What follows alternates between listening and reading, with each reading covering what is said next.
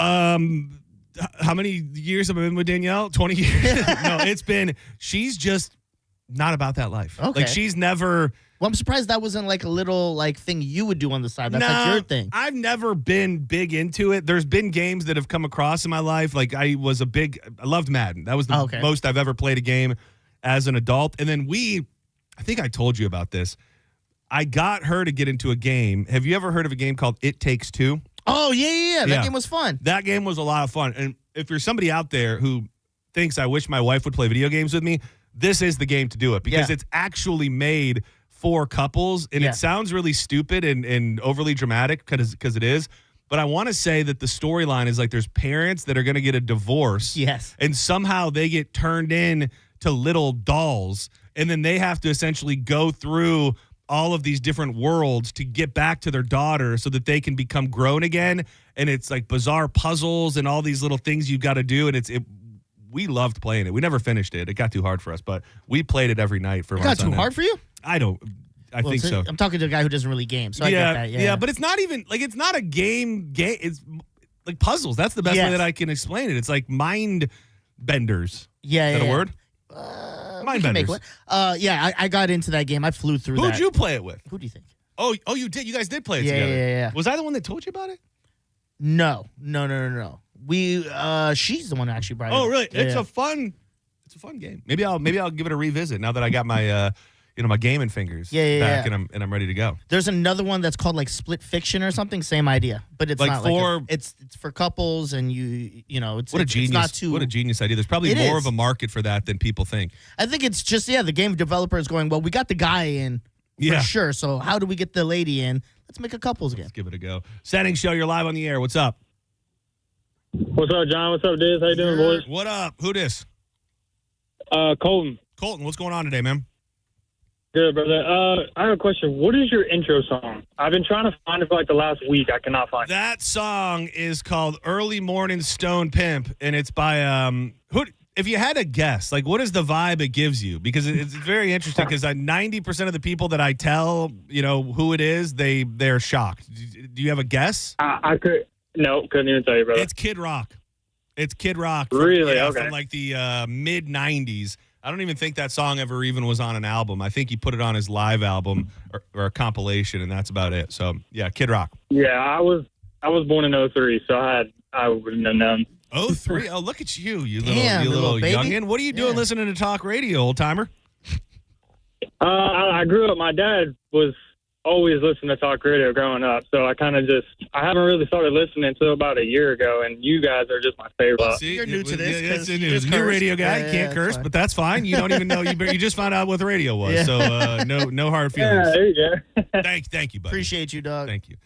I think that story is told, like, that's what we have to depend on to keep this radio station going, is kids that fall in love with it because their parents listen to it. Yeah. Like, that is, now hopefully we've got billboards out and maybe you hear something randomly, and those are all possibilities. But I think what we really bank on is kids going to work with their dad, hanging out with their dad or their mom, maybe even, and hearing the bone and going, I don't hate that. I'm going to try that out myself, which I love hearing because that's what made me fall in love with talk radio. My dad, it was like the running joke our whole life because we had a talk station like this in Detroit, 97.1 FM, and he would come home and it was a running joke. He would talk to us. We would talk at dinner, and he would refer to the guys on the radio like they were his friends. So we would always kind of make fun and joke about like, oh, tell us about your friends. What's going on with your friends? And he'd be like, well, JP, pretty much. Yeah. And it just got embedded in me. I fell in love with it at a very, very young age because my dad was such a huge talk radio guy. Funny thing is now my dad's not listening to any talk. My dad, there was a couple things. Yeah, there was a couple things that my dad got me hooked on and then just left me. Talk radio and wrestling. Like wrestling, I grew up watching it. We would get the pay-per-views in the house. We'd be watching Monday Night Nitro every Monday night. And then at some point he was like, I'm a grown man. What am I doing? And he left me in the dust to fend for myself when it comes to radio and wrestling. It always surprises me how into radio some of you guys were. Like, we talked last week when I was like, you ever like perform in the mirror, rap or whatever when you're listening to a song? He goes, no, but I hosted my own radio show in my room. Dude, I'm telling you, which is so amazing. Fifth grade. I might have taken a picture of it actually. Not the fifth grade one. There was in fifth grade. There was a where do you see yourself in 30 years? And I said, I'll be hosting my own morning show. I got the location wrong because I said in Detroit. Yeah. And I kept that through because I was just flipping through my senior yearbook and same thing. What are you going to do with your life or all of that? And I said, hopefully I'll be married and hosting my own radio show. Sorry, what grade was this? There's two of them. Okay. Fifth grade was the first one. Yeah. And then again in my senior yearbook, I had the same general mission. Fifth grade, I probably would have been like, I'm going to fight aliens, like Will Smith. And then senior year was probably like soccer. Yeah. Dude, there's a morning show, and I don't give them enough cred because they are literally the reason I got into radio. They were the morning show out of Detroit, Michigan, Drew and Mike, which is super ironic considering the two biggest names on the station are Drew and Mike. So it is, I don't think I've ever appreciated the, what would you call that? Irony? Yeah.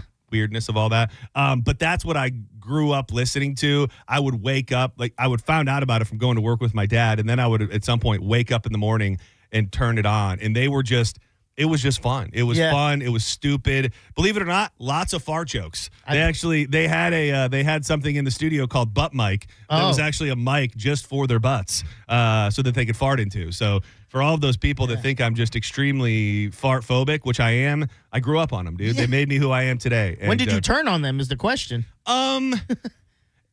That's a good question. Yeah. I think it has something to do. It's a really good question. I can, if it was just the boys, if it's just the boys in the right circumstances, I could find it funny, maybe. It's also, I don't mind listening to a radio show that has them on it.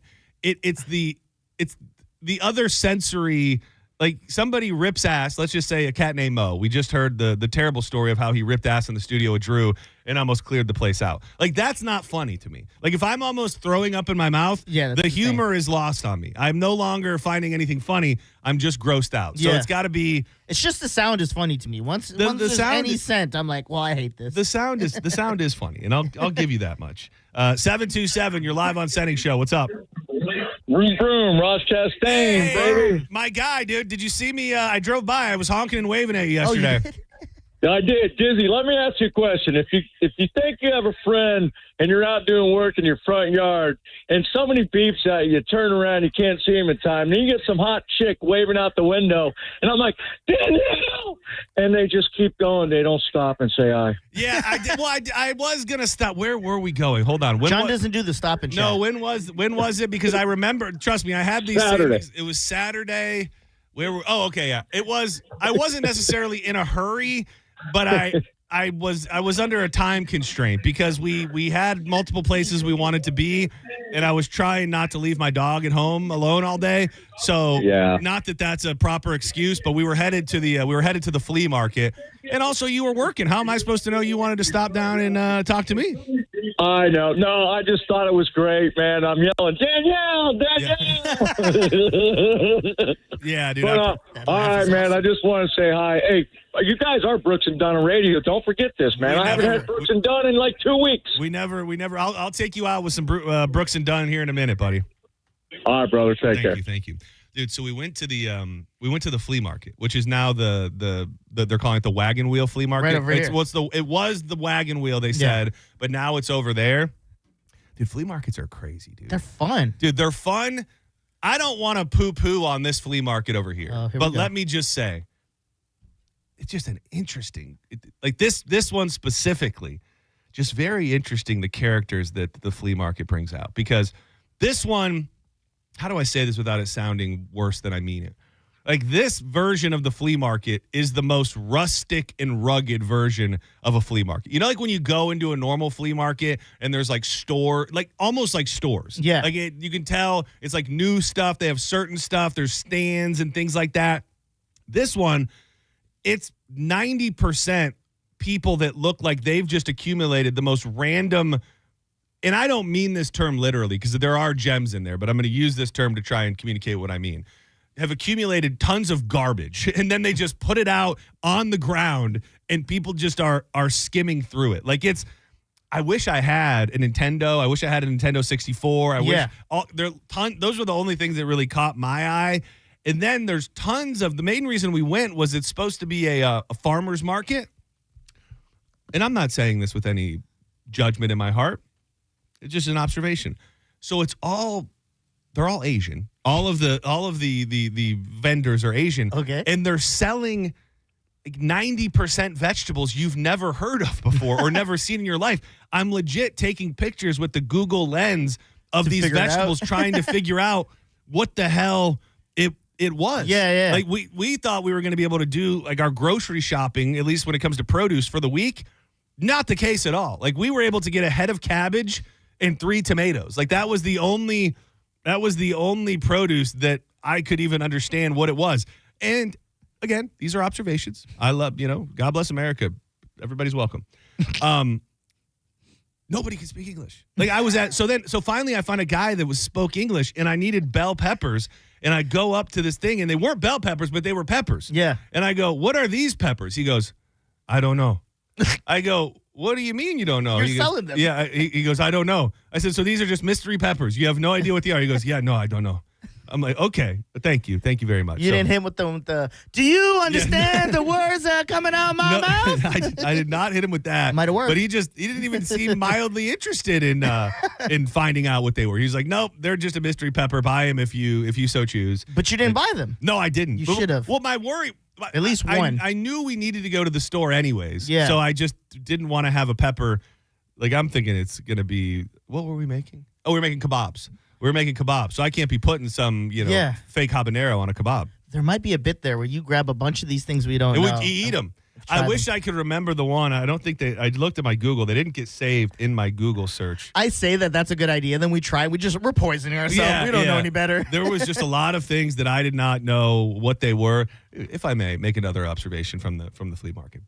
And this is a St. Pete observation as a whole. In this place, I think you'll understand what I mean when I say this, Diz. Like the flea market in the parking lot over here is not like prime St. Pete people. This is a different breed. Yeah. This is a different breed. It's of the people Monica assumes lives here. Thank you. Yes. Thank you. Still, St. Pete, the most dog-friendly place on planet Earth, okay? Yes. It was like 90 degrees on Saturday. It was so effing hot. And the amount of people that had their little dogs out cooking on the blacktop in a parking lot, I did not see one dog that didn't look like they were dying. They were literally dying. Like I'm looking at them like your feet are burning. They're hot as hell. I understand you love your dog. I love my dog very, very much. Your dog would much rather be in the air conditioning at home rather than being drugged through a parking lot. Yes. In the beating sun on a Saturday. That is my PSA for the day is your dogs don't need to go everywhere. Think about whether or not you're taking your dog somewhere for their enjoyment or your enjoyment. Now, I did love to see the people that had little strollers for their dogs. Oh, that's cute. Little fans blowing on their dogs. If you're going to go through all that, go be my guest. Yeah. But like I saw people out there with French bulldogs. A French bulldog can already barely breathe on his own, and now you've got him baking it on asphalt in 90-degree weather. He's not feeling it, dog. He wants to wants to go home. See what you did there. Take your dogs home. I think people don't realize too, if you were to take your dog out and do all that, walk it around the hot asphalt and look at its paws after, they peel. Oh yeah, they're messed up so much. Yeah, they're very messed up. And yes, this was just asphalt, probably around 1 o'clock in the middle of the day, and these little puppies just cooking alive. So think about it.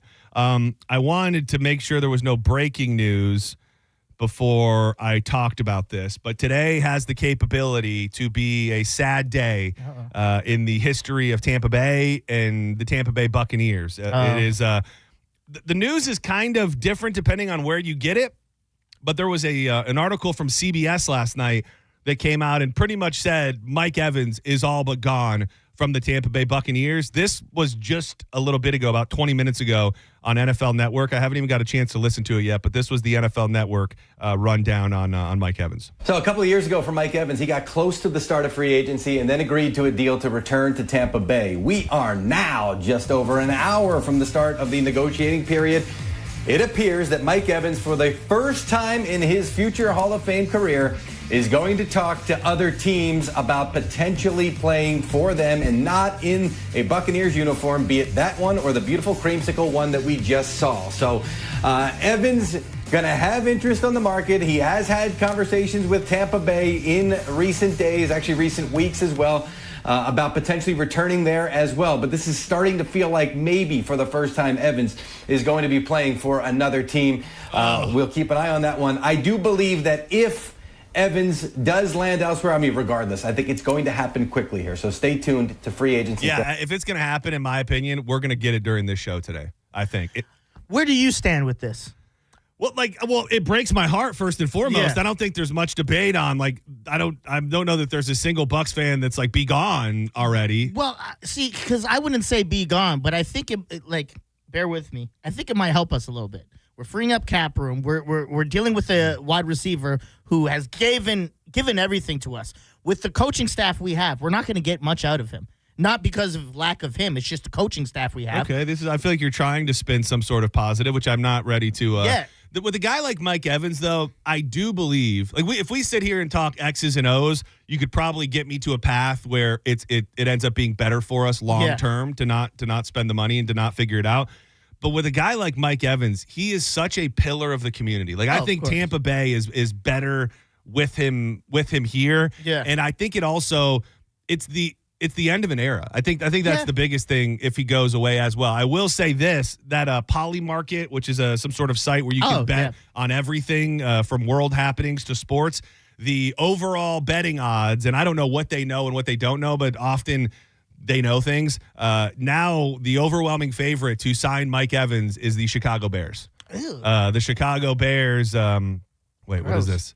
Okay, I got. Imagine leaving Tampa Bay for Chicago. I got something else. Man. This is from CBS as well. Mike Evans, future Hall of Famer. He could be dealt at not dealt. He could sign somewhere at any point. I do not think it's going to be with Tampa Bay. I think his career there is over. Oh, jeez. Listen, doesn't make people feel good. Injury prone, twilight of his career. Oh God! Oh, now you're gonna crap on him on the way out the door. No, it's just like. We could keep him, but is that going to change our season drastically going into next season? I don't think so. And that's not a hit. Well, I don't know. I don't think you can say that until you know you're essentially banking or discussing on the unknown. If he goes, who comes or what happens? Even if he stays, how many seasons we get him for? One more season at least. So then why not just? Because let's be honest, this next season is going to be rough. It's going to be rough. We're keeping Todd Bowles, who should have been gone long ago. And he's not going to take us to the promised land. I'll be surprised if we win the division this year. So why should Mike come here, play through it, not hit the yards he wants, not accomplish anything? You're right from your argument from his perspective. Yeah, You're almost now talking as if you're him. Yeah. And if I'm him, I get it. I go, I want another ring, and I don't think it's going to happen here. Let me go somewhere where it's all but locked in. As a fan, you can go now. Okay, so we lose Mike Evans, big hit in the receiver. We have some wide receivers who have been stepping up and look promising. Now we could spend money on a linebacker. We could spend money here. We could spend money there. All right, it might be beneficial to us. As much as I don't want to see him go, because Mike Evans, without a doubt, best receiver Bucks have. Go. Yep. Go. Yeah, I don't know. I couldn't tell if you offended me or made me feel better there. So you've left me with very confused emotions. All right, don't go anywhere. When we come back, we're going to dig into that thing. A little bit of a double-headed that thing today. The first one, the most important one, ABC News broke a story a couple hours ago. We were having a difficult conversation, and not a conversation everybody wants to dwell on, but we're at some form of war with Iran right now. And you go, is this going to come to our front door? Is something going to happen in the United States? Is it even possible? Well, ABC News broke a story about an hour and a half ago that will give you some answers and maybe shed a little light on whether or not there are sleeper cells in the United States of America. And probably the most important, least reported on story that you're going to hear today about a man who knows more secrets when it comes to our government and aliens and how he's completely missing right now. We'll do all that and a bunch more coming up next on more Senning Show. Vroom, vroom, Ross Chastain, Paul. This one's for you, buddy. A little Brooks and Dunn. See you in the shadows of this smoke-filled room. No telling And how many You know I'm rocking a banging black cherry right now. I am a Teaser man. I swear by this product. I love it now in the morning, right when I go to the gym. Boom, pop in a pouch. Gives me that energy to kick off my day, and always during the show. These pouches are filled with vitamins, minerals, tea-cut herbs, and caffeine. They were developed by local doctor Brent Agan. If you're trying to beat a habit, it can absolutely help. I heard JP and the crew earlier talking about the nicotine addiction. If you've been zenning, vaping, you got some chaw in your jaw, whatever that bad habit is, Teaser can help you beat it. You can stock up at TeaserEnergy.com. Use the code BONE20 for 20% off everything in the online store. And check out that store locator because Teaser has taken the world by storm. Not that long ago, online was about the only place you could find it. Now, you can stock up online, use that code BONE20, or Walmart's, Walgreens, 7-Elevens. You can even order on Amazon, subscribe and save, and have it showing up right at your front door. But get some Teaser in your mouth today. We love you, Teaser. Why spit when you can swallow? And the words of every sad song seem to say what I think, and it's heard inside of me. Ain't never gonna end. You're listening to Senning Show on 102.5 The Bone. 102.5 The Bone. It's talk radio where we say what we want all day long. You know that crazy you think about all day, every day? Well, you may think it, but we say it. That is 102.5 The Bone. Real raw radio. How do we respond to lowball offers from insurance companies? With relentless litigation. For the justice you're entitled to after an accident, you know who to call. Make it a FARA fight. Fair and FARA. Tampa. Want a beautiful white vinyl fence but thought you couldn't afford it for less than $5 a day? Only $125 a month. Fence Outlet will install a 120-foot vinyl fence and transform your backyard. Visit fenceoutlet.com for details. License number C-10252. Five-time Grammy-nominated Joe Bonamassa with special guest Christone Kingfish Ingram. Live in concert on Saturday, March 21st at the Baycare Sound. Tickets on sale now at thebaycaresound.com. Don't miss this night of genuine rock with Joe Bonamassa and Christone Kingfish Ingram. Hey, it's Drew Garabo for Miller Lite, and if you're going to pretend to be Irish this weekend, at least do it like a pro. Join me in the Bone this Saturday from 11 a.m. to 1 p.m. We're taking over downtown Dunedin for the 31st annual Throwdown at Flanagan's Irish Pub. It'll be Florida's largest St. Patty's Street Fest, and it is free. Ice cold Miller Lite, beer trucks, full bars, drums, pipes, dancers, everything Irish. Throw on something green, pace yourself, and we'll see you at Flanagan's St. Patrick's Street Festival this Saturday. A family office is a team built to handle the three biggest financial responsibilities a family faces: wealth management, tax strategy, and estate planning. Most firms only manage your investments and refer the rest out, hoping everyone stays aligned. At Trajan, we built something different. Your wealth, tax planning, and estate planning are handled together inside one firm under one roof. There's no guessing whether your CPA, advisor, and estate attorney are truly in sync, because our team works together every day on your behalf. When your financial life becomes more complex, your advice should become more coordinated, not more fragmented. One plan, one trusted team. Call Trajan today at 813-212-0500. That's 813-212-0500. Trajan Wealth, an SEC-registered investment advisor. Additional services through Trajan Estate and Trajan Tax. Additional disclosures and accreditation at TrajanWealth.com. I'm Ultima Morgan of Morgan & Morgan. Every time one of my children started driving, it was terrifying. I am quite aware of the dangers being on the road. Thousands of accidents happen across the country. We see it every day. These families' lives will be changed in an instant. We fight for these families as if they were our own. We've become America's largest injury law firm by winning cases just like these. If you've been injured in a car accident, call us. Injured? Dial #law or visit forthepeople.com for an office near you. By texting 64,000, you agree to receive recurring automated marketing messages from Real Success. Message and data rates may apply. No purchase required. Terms apply. Available at ourrealsuccess.com.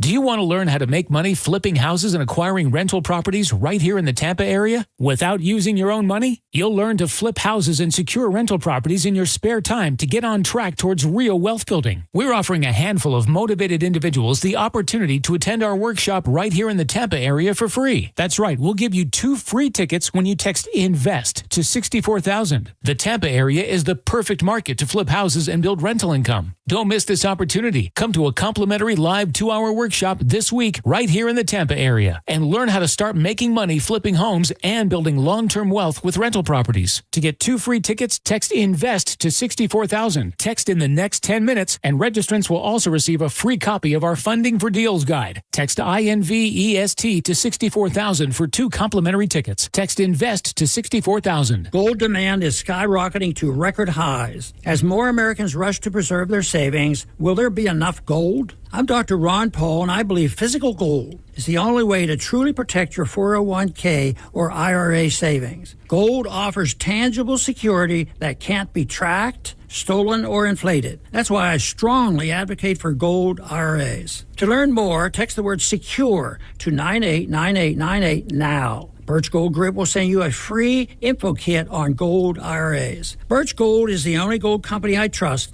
and their thousands of great reviews prove I'm not alone. So don't wait another second. Protect your retirement savings today and see how easy it is to move your IRA or 401k into physical precious metals. Text SECURE to the number 989898 for your free gold IRA info kit. Again, SECURE to 989898. Message and data rates may apply. The Lightning Hockey Spring Break Camp runs March 16th through the 20th for players of all skill levels, ages 5 to 15. Participants receive on-ice and off-ice training, a spring break themed jersey, and Lightning swag. Space is limited. Register today at lightninghockeydevelopment.com/icecamps.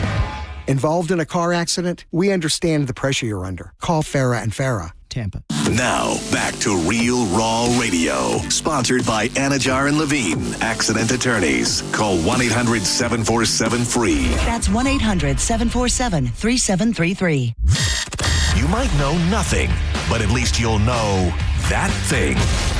Brought to you by Just Call Mo, Tampa's injury attorney. That thing. It's time for That Thing right now on Senning Show. 1, 2, you know what to do. I'm Ryan Lady. You're listening to.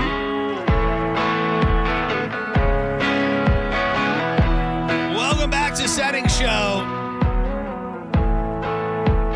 I'm gonna pick you up and head in his old pickup truck. We'll head down. It is just a crazy, wild weekend in the Tampa Bay area. You obviously have this coming weekend. Reggae Rise Up starts Thursday, Friday, Saturday, Sunday. A lot of the St. Patrick's Day festivities taking over downtown areas all over Tampa. And then Saturday night, my guy, very, very excited, Zach Bryan at Raymond James Stadium.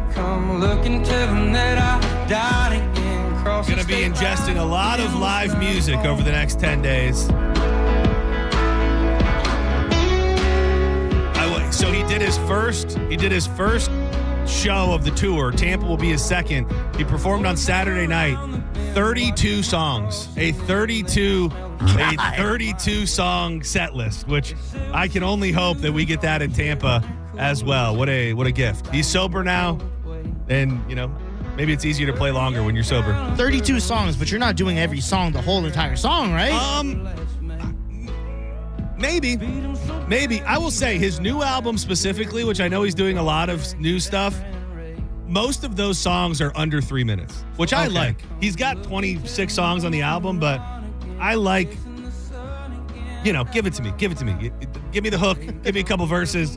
Let's move it along. It's like you can fit more themes into an album when you make songs that are that short. Yeah, I don't know. 32 songs. That's insane. Good for him, though. I will say his concerts, to me, at some point during every concert, no matter how much you love an artist, for the most part, there's that moment where you're like, all right, come on. Yeah. Let's get through this part. I've never once experienced that at one of his shows. It's like you blink and it's over. I don't know if that'll be the case with 32 songs, but I can only hope so. The link is up on social. Okay, perfect. Yeah, go to our Bone socials, 1025 The Bone. All the information for the justcallmo.com/Chase. Cruise for Chase. We're giving away Mo DeWitt's spot on the Calta Cruise, and we're selling raffle tickets, $25 a piece. We're going to draw a winner this Thursday, right around 1 o'clock. So go get yourself a couple raffle tickets for a great cause for our guy Chase, who's fighting cancer and will hopefully be beating its ass in the very near future. But we want to help him out as much as we can. So go check out the Bone socials for all the information. Senning Show, you're live. Who's this? It's George. Hey, George, what's up? Not much. I called to chastise you. Okay, chastise away, baby. And first of all, great show. Diz, love you too. Thank you, but, bro. Flea markets. Yeah. I was a regular attendee at the old flea market, and they did move, but they got rid of all the stuff I didn't like. All that storefront stuff you wanted, the perfume and the tennis shoes and the sunglasses. That's all gone at this other place. Well, the interesting thing is, to be very specific for those that remember the Wagon Wheel Flea Market, you had the indoor part, which was one thing. And then you had all of the stuff that was outside in the parking lot. This newfangled version of the flea market is really just all the stuff that was in the parking lot. Is that safe to say? Yep. Yeah, no, you're exactly right. And when I went to Wagon Wheel Flea Market, I went to the outside section mostly. Well, there you go. We just and if I was an American picker, like if I was going there to dig through all the junk to find some treasures, maybe I would have been a little more interested. I was looking for a stand that had like vintage NASCAR clothes and things like that, and there just wasn't really anything like that. It was just a bunch of knickknacks laid out on the ground for people to pick through. I got you. And as far as the farmers market part of it, yeah. It's basically a duplicate of Wagon Wheel, but it's scaled down. And my wife and I, when we go, we love to go through the market just to see what kind of fruits and vegetables we can identify. Yeah, that's what it is. There was definitely less that I could identify than what I could. Absolutely. That's kind of fun to do that too. Maybe if I was feeling more adventurous, it would have been better. But thank you for checking in. I appreciate it. So last week, I don't know what day it was. At some point, we were talking about what was going on in Iran and just kind of asking the question. And it's a terrible question to have to ask, but I also don't like the idea of just burying your head in the sand of, does this end up playing out some form or fashion here in the United States of America? And I think for the people that really pay attention and maybe are a little more in the loop than even us, you hear the term sleeper cell. Like, could there be a sleeper cell activated? Well, the U.S. has now intercepted encrypted communications believed to have originated in Iran that may serve as an operational trigger for sleeper assets outside of the country. According to the federal government alert sent to law enforcement agencies, the alert that was reviewed by ABC News cites preliminary signal analysis of a transmission likely of Iranian origin that was relayed across multiple countries shortly after the death of the Ayatollah, the supreme leader of Iran, when he was killed on February 28th. The intercepted transmission was encoded and appeared to be destined for clandestine recipients who possess the encryption key, the kind of message intended to impact instructions to covert operatives or sleeper assets without the use of internet or cellular networks. It's possible the transmissions could have been intended to activate or provide instructions to pre-position sleeper assets operating outside of the originating country, being Iran. While the exact contents of these transmissions cannot be determined, the sudden appearance of a new station with international rebroadcast characteristics warrants heightened situational awareness. That coming from the alert that went out to all the police. If the contents of the alert prove true, it would confirm the fears expressed by law enforcement officials after the U.S. and Israel struck Iran that sleeper cells are deployed around the West, could be used for retaliation. So, again, I feel like you always need to put a little advisory. I don't say this, that don't go outside of your house, don't do anything, there's sleeper cells. But, this is from a reputable source. It was something that people were already fairly concerned about, or at least thinking about, and here we are on a Monday finding out that they did find some sort of message that was most likely probably meant for these sleeper cell people all around the United States. I got to be honest, when this stuff happens. We talked about it a little last week. I'm the type that's already kind of nervous of big crowds. When it comes to this, dude. you'll be hard pressed to find me out in hard crowds. Yeah, well, like this going on. The crazy thing about the stretch of the next 10 days is I'll be in big fat ass crowds Thursday, Friday, Saturday, Sunday, Monday across all genres. I'll be with the reggae folks every day, and then I'll be with the country folks on Saturday with a sold out Raymond James. So it is it's I don't know if you say to yourself I'm not going to let this dictate my actions, but I still am aware. Yeah. Like, I don't know what that could even mean. You get what I'm saying? Yeah, If I can think about it, and I'm the type of person, I think that way when I go to large places anyways. I'm very, where is my exit? How am I getting out of here? I'm very observant of the people around me, maybe to a fault almost. So I already have that situational awareness when I'm in large crowds. But other than that, I don't know what else you can do. If you're gonna go somewhere and something's gonna happen, if you're not strapped up, which you can't be at these large venues, I don't really know. I don't know what you can do other than hope for the best, as morbid and weird as that sounds. And I think the thing that makes it a little easier for someone like me and like you, if you're with Danielle at this thing, it's not like you're going and then you could be leaving like a family behind. Right. When you go do that stuff. That like, is a children. That there's is no children that's waiting a very on me. sad but true take. It's just like, at least if I go, it's just us. Yeah. And it's just going to be my parents and my friends and everybody else who's life I've impacted that will be sad, and I won't be orphaning any children with my decisions to go out and party in large crowds. It's the only solace I find. That's actually, if you're looking for good news on a Monday, that is it. Diz has created. He's got reasons to tell you why. If you're a victim to a terrorist attack and Mike Evan leaves, everything's going to be okay. I'll show you the good side of this. Yeah. Don't worry. Senning Show, you're live. Who's this? Hey guys. Hi. Hi, how you doing? Doing pretty good. Just wondering, what have you guys thought about like the 25th anniversary of 911 is coming up in September? Okay. I mean, I haven't thought about it up until you said it. Theory. What do you got? What do you got? I love a conspiracy theory. Lay it out for me. I don't have the whole theory yet, but I'm just like, this is like setting groundwork for them to come back and do 911 all over again on the 25th anniversry. Like, wait, when you say come back, do you mean like a zombie version, like the hijackers come back from the dead to attack again? Or do you just mean, man, if we can, and I don't say this lightly, if we can make it to September 11th without an attack before that, that'd be a blessing in my opinion. I'm hoping things will be calming. I'm hoping things will calm down by September 11th, not be ramping up by then. No, I'm hoping it's all calm by then too, but just think about it. Like, it's crazy. Yeah, I'm hoping not. It I'm could praying get, not. You know what? But how is it the 20th anniversary? 25th. Oh, I thought she said the 20th. My bad. I was like, what?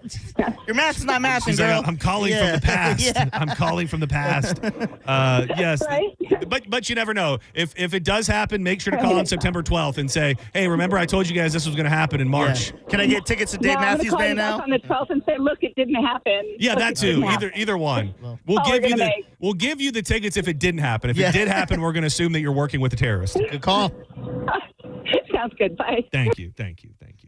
Working with the terrorists. It is. I don't know if this thing is going to calm down. I saw a bunch of reports over the last 24 hours that says that Trump is going to come out and essentially say that we won. We've done all the damage we could and that we've won. I don't know if that's going to be the truth.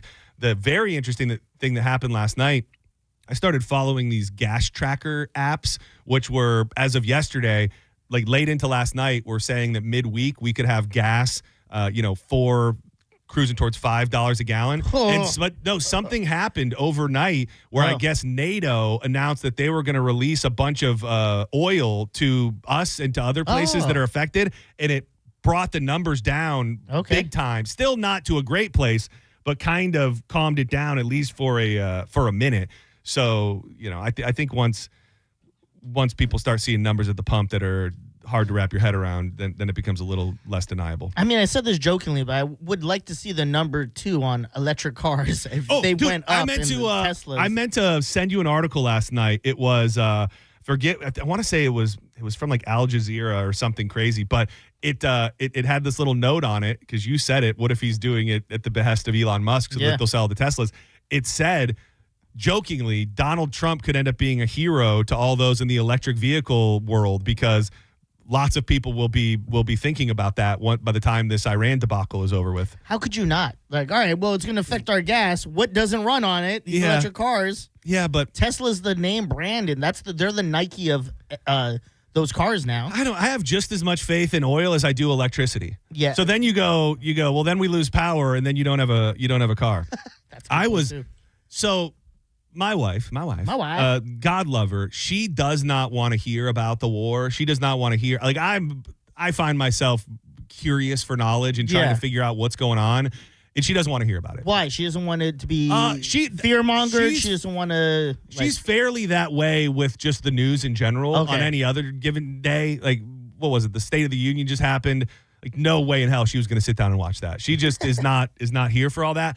But I said to her last night, I said, I think we should take some money out of the bank, like have some cash on hand. Like, I don't think it would be a bad idea. Yeah. And this isn't, what I'm about to say is not going to be news to anybody. But when you really stop down and think about it, unless you're somebody who has gold or you have a huge stack of cash that you're sitting on and you're already planning for it, the existence of the internet and electricity is really what your entire life savings is hinged upon. Like, if tomorrow the internet and the electricity went out, all of the money that we have saved, it doesn't exist anymore. And that goes for everybody everywhere. Like, the idea of money is somewhere in a bank account with your name on it.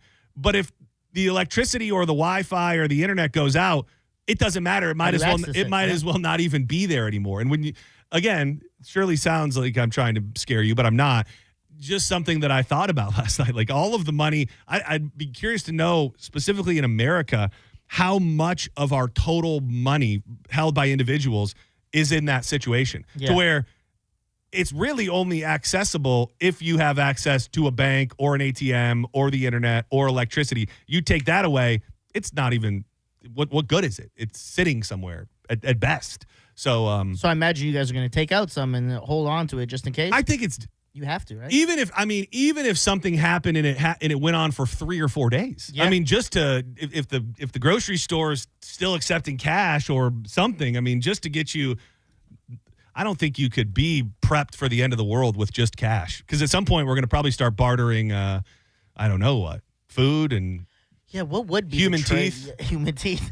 Yeah, it would probably be gas. It would probably be gas and food and water. And ammunition. That would be the new currency in post-apocalyptic America. Which, again, not coming. But when you're in some form of a war or an operation or whatever the hell people like to call this, it's probably not the dumbest thing to think about it. Senning Show, you're live on the air. Who's this? Greetings, Roadkill here from the thriving metropolis of Sefner. How you doing? Sefner, what's going on, buddy? Well, I got a bone to pick with the bone. Okay, pick that bone, baby. I listen to you guys on iHeartRadio. Okay. And every time I get a phone call, it pops me to a commercial. Now, normally that wouldn't be so bad, but I've recently pissed off a telemarketer, and he has flooded my phone with 50 to 100 calls a day. So I'm listening to more ads than I am to radio. Now here's the thing. It only happens to you. Well, okay. It doesn't happen to any of the other stations. Okay. I was going to say this may be a rare instance where it's not our problem, because I think ultimately that is whatever platform you're listening. Like, if you're listening on an iHeart or a TuneIn, what are you listening on? iHeart. Oh yeah, that is a them thing. We're not, like, when, I don't know if you know this, Diz, on certain apps when the commercials play, it's completely different commercials. It's not the local commercials. Yeah. It's through the app. But so it doesn't do it when I listen to WFLA or any of my radio stations. That I cannot tell you why. Maybe our fault, but sir, we've got. If you can get back to a point where you can hear the station, that's a win for us. We're trying to focus on having the station be listenable for everybody. Once we cross that bridge and get that locked in, we'll be able to conquer your bothersome commercials. Sounds like you need to buy whatever the telemarketer's selling. I enjoy your show quite a bit. That's why I put up with the damn commercials. But Diz has a good idea, though. Buy whatever he's selling, end his phone calls, and then you won't have this problem anymore. Yeah. So I started seeing this story a couple days ago, and the headline caught my eye today, because it felt like nobody was paying attention and nobody really cared about it. But the headline from the New York Post, UFO experts' disappearance in New Mexico is a grave national security crisis. A mysterious disappearance of a retired Air Force major general with deep expertise about UFOs who went missing without a trace on February 28th constitutes a grave national security crisis, according to an investigative journalist. Local law enforcement said William Neal McCaslin, he's 68, disappeared after leaving his Albuquerque, New Mexico home on foot, leaving his phone behind in a missing persons investigation that has been now taken over by the FBI. This is a man with some of the most sensitive secrets on planet Earth inside his head and ultimately, I imagine, in his computer. The Bernalillo County Sheriff's Office issued a silver alert for the missing retiree, seeking help from the public in locating him and noting that law enforcement's concerns for his well-being are exacerbated due to medical issues and the amount of information, classified information, that this guy ultimately knows. It feels, I hope they find this guy, but it does feel like an opportunity for an elevator pitch. Like, so if this guy does have all of the UFO secrets and he oversaw classified space weapons programs. Some people believe that he was involved in reverse engineering. So the base in which he worked on, some believe they are in possession of fragments of extraterrestrial debris that came from Roswell. Oh. So let's say this guy knows more about UFOs and aliens than 99% of people on Earth. Do you think it's the aliens that took him, or do you think that the government just felt like this guy knew too much and they just had to take him out because he became a liability as he got a little bit older? Maybe he got a little loose-lipped and they said, we got to just do away with this thing. I like the latter. I think it would be more likely that the government's like, let's shut this son of a bitch up. Yeah. Right? What's crazy is, we must have touched it on the show, but nothing ever came about it, probably because we started a war right after.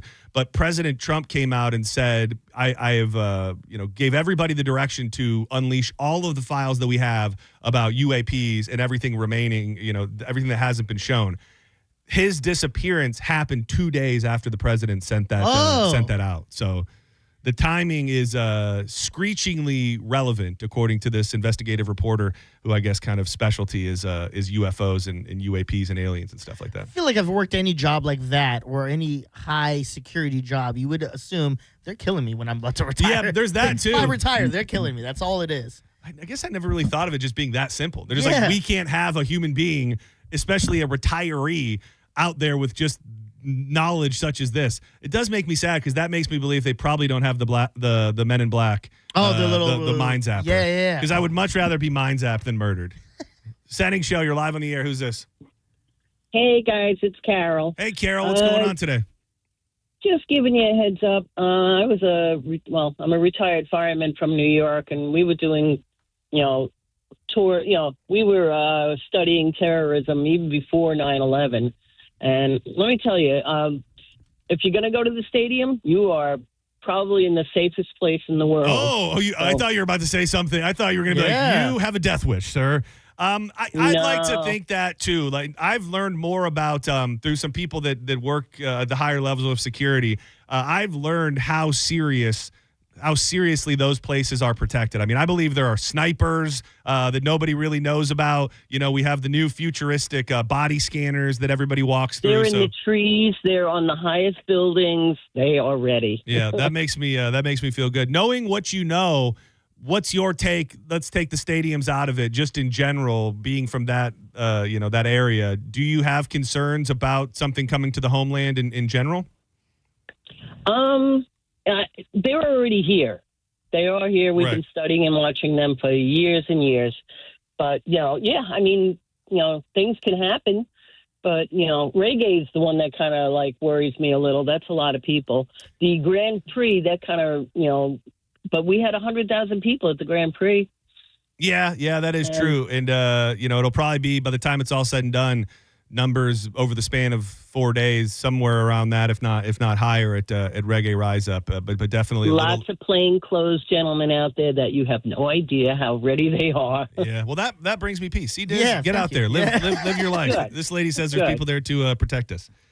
Thank Love you. Love you too. Thank you.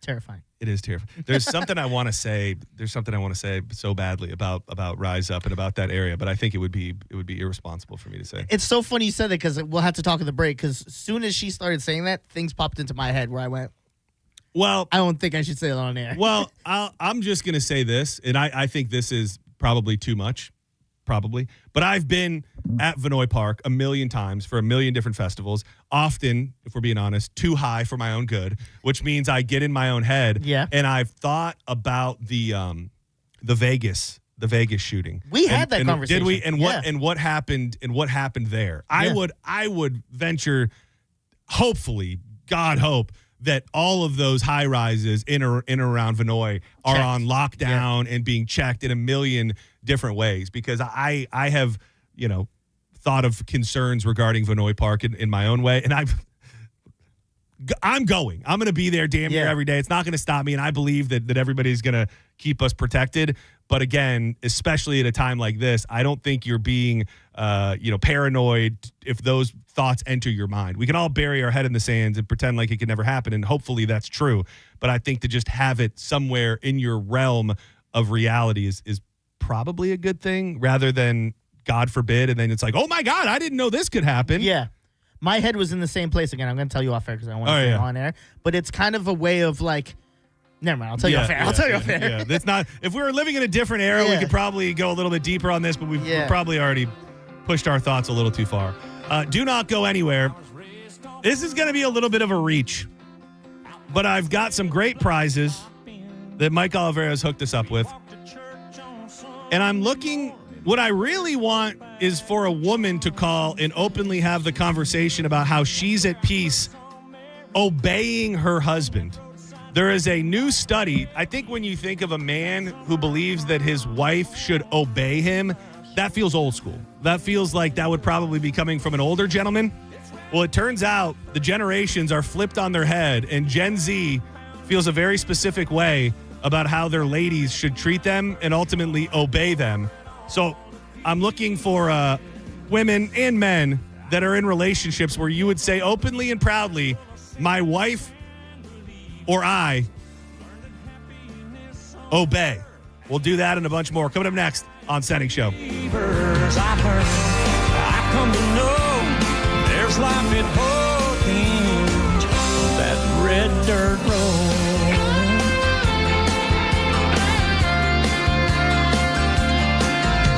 Her daddy didn't like me much, in my shackled up GTO. Change is all around us. It is part of life. When it comes to the music we love, the music that we listen to, it all gets rebooted, remixed, and a lot of times it's good. We like it. Even our taste in entertainment can change. But no matter how many things change in the next 5 years, there's one thing that will stay the same, and that's the price of your internet. Xfinity is introducing a 5-year price guarantee. It means you get 5 years of the most reliable Wi-Fi with the best equipment included for a price that will stay exactly the same. If you're surprised, that's okay. Life is full of them. One internet price, 5 years, guaranteed. You can learn more today at Xfinity.com/deals. I learned the path to heaven is full of sense. You're listening to Senning Show on 102.5 The Bone. Elysian Space Dust IPA presents New Metal Mayhem. Friday night, April 24th at Janus Live, featuring Crawling, a tribute to early Linkin Park. Got the Life, the Korn tribute. And Nookie, a Limp Bizkit tribute. And it's all just $10.25. $10.25. You can't beat that. Head to theboneonline.com for more info on tickets and how you can get free tickets from Elysian Space Dust IPA at 102.5 The Bone. So insecure! Thanks a lot for making me do that. Special thanks to Clean Earth Systems. If you're the victim of a car crash, take back control of your life. Call Anajar and Levine Accident Attorneys at 1-800-747-FREE. Transform your backyard for less than $5 a day. Fence Outlet will install a sleek black aluminum fence that adds style, security, and curb appeal for just $125 a month. Visit fenceoutlet.com for details. License number C-10252. Do you want free internet forever? Yeah, we thought so. That's why Spectrum is giving you just that. Free fiber-powered internet forever when you switch and get 4 mobile lines from Spectrum. No internet bills, no taxes, no late fees. Just fast fiber-powered internet. Call 833-901-0178 to find out how. But hurry, this deal won't last forever. Once more, 833-901-0178. Or visit spectrum.com/free forever to learn more. Think you're not the suing type? But you weren't at fault. I'm Tampa injury attorney Mo DeWitt. You didn't choose this accident, the bills, or the damage. Don't cover for someone else's mistake. Just call Mo. Injured on the go? Just call Mo.com. Ken Gainley Kia has more new inventory than any Kia dealer in Tampa. And here's why that matters. Ever go to a big box store and buy in bulk to save big? Ken Gainley Kia does the same thing, but with new Kias. We buy more, so we save more, and we pass the savings to you. Lease a new 2025 Kia K4 EX for just $99 per month for 36 months with $24.99 due at signing. Ken Gainley Kia NewportRicchie.com. Savings so good, you'll look for free samples on the way out. See dealer for details. All leases through KMF. 10,000 miles per year included, plus tax, title, and dock fee. No security deposit required. Offer expires 3/31/26. Stock number E154947. Stop what you are doing. Gold is around $5,100 an ounce. If you've got gold or silver just laying around, Estates Roadshow wants it, and they're paying top dollar on the spot. Broken chains, old rings, coins, watches, diamonds, vintage jewelry. If it's valuable, they're buying it. No appointment needed. Just walk in, get a free appraisal, and walk out with cash in your hand. They're also buying pre-1964 silver coins, flatware, sterling silverware stamped 925. They're buying coin collections, gold, silver, foreign, and domestic. Plus, they've been in business over 35 years with thousands of prior happy customers, licensed, bonded, state-certified scales, highest tech equipment, employees with GIA certifications. They are numismatic experts. Estates Roadshow is happening this week, Monday through Friday, in Trinity at the Holiday Inn, Monday through Thursday in Sarasota at the Hampton Inn, and Tuesday through Friday in Lakeland at Hyatt Place. More info? Follow Estates Roadshow on Facebook or estatesroadshow.com. Contact Tax Relief Helpers for details and restrictions. Attention, anyone that owes money to the IRS. Every day, your unpaid tax debt gets bigger and bigger from daily interest. The longer you wait, the more you will end up paying. If you owe $10,000 or more, now is the time to settle your debt before the IRS takes aggressive action, like taking your wages or property. A special toll-free number has been established so you can stop penalty fees, avoid liens, levies, or other hostile measures by the IRS. Call Tax Relief Helpers right now. I got behind on my taxes and owed $48,000. I called and they got my bill lowered to just $3,500. I owed $87,000 in taxes and it was scary. I got the amount I owed down to just $3,500. I saved $83,500. If you owe money to the IRS, don't wait another day. Your tax debt gets bigger and bigger from daily interest. Call right now before the IRS enforces liens, levies, or other aggressive measures. The call and consult are absolutely free. Call now. Call 800-476-6115. 800-476-6115. That's 800-476-6115. This is Greg Trzynski of the Original Mattress Factory. Many retailers use a computer program to tell you which mattress to buy after answering a few questions. That's not how finding the right mattress works. At OMF, our associates take the time to understand your specific needs. They'll guide you through our showroom, explain the differences between models, and help you select the right mattress. No computers, no gimmicks, just personal attention and quality mattresses built locally. Visit any showroom and experience the OMF difference for yourself. This is the story of the one. As a maintenance tech at a university, he knows ordering from multiple suppliers takes time away from keeping their arena up and running. That's why he counts on Grainger to get everything he needs, from lighting and HVAC parts to plumbing supplies, all in one place. And with fast, dependable delivery, he's stocked and ready for the next tip-off. Call 1-800-GRAINGER, click Grainger.com, or just stop by. Grainger, for the ones who get it done. Every business starts with an idea. With smart business buying from Amazon Business, get everything you need to grow in one familiar place. From office supplies to IT essentials and maintenance tools. Ready to bring your visions to life? Learn how at AmazonBusiness.com. Even if you've given up on your New Year's resolutions, one health habit that's easy to keep is Active Liver from New Nordic. Active Liver protects your liver so you can enjoy life to the fullest. Online at Amazon, in stores at CVS, Walgreens, and now GNC. 1025 The Bone. Real Raw Radio. WHPT, Sarasota, Tampa, St. Pete. Live from the WeatherTight Windows studio. And now, back to Senning Show with your host, John Senning.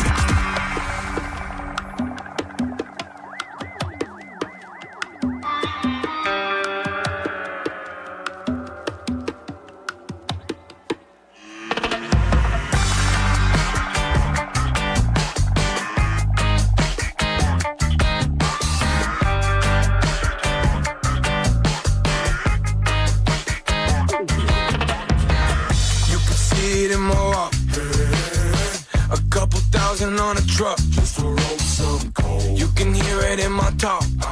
Welcome back to Senning Show, getting you through your Monday. 800-771-1025. I believe we are live on YouTube, 1025 The Bone. You'll see Senning Show. Click up in there. Thank you to everybody who's watching along, chatting along. We'll talk about it when Drew gets in here for the joints, but that Lightning game last night, 7-8, dude. Football score, man. Yeah. Absolutely insane. It was like 110 minutes of penalty times, too, combined. Crazy. Hit us up on social media at The John Senning, at Dizzy for Mayor. Check out the Bone socials at 1025 The Bone. It's funny. I wrote myself a note here because I just saw somebody on Facebook.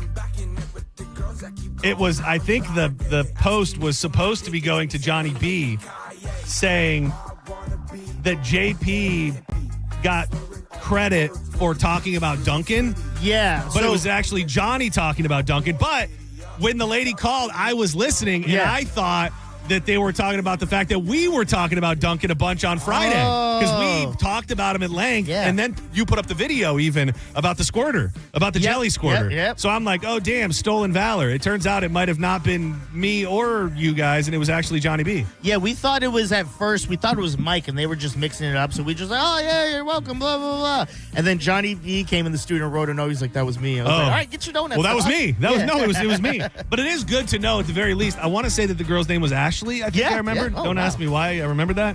But it's good to know that we have friends in the building over there and that they at least somebody through somebody is listening. Next time, pick up the call, though, because we called y'all. Yeah, that's what I was thinking. I was thinking they heard that we were trying to find out what's up with that squirter. What that squirter really do.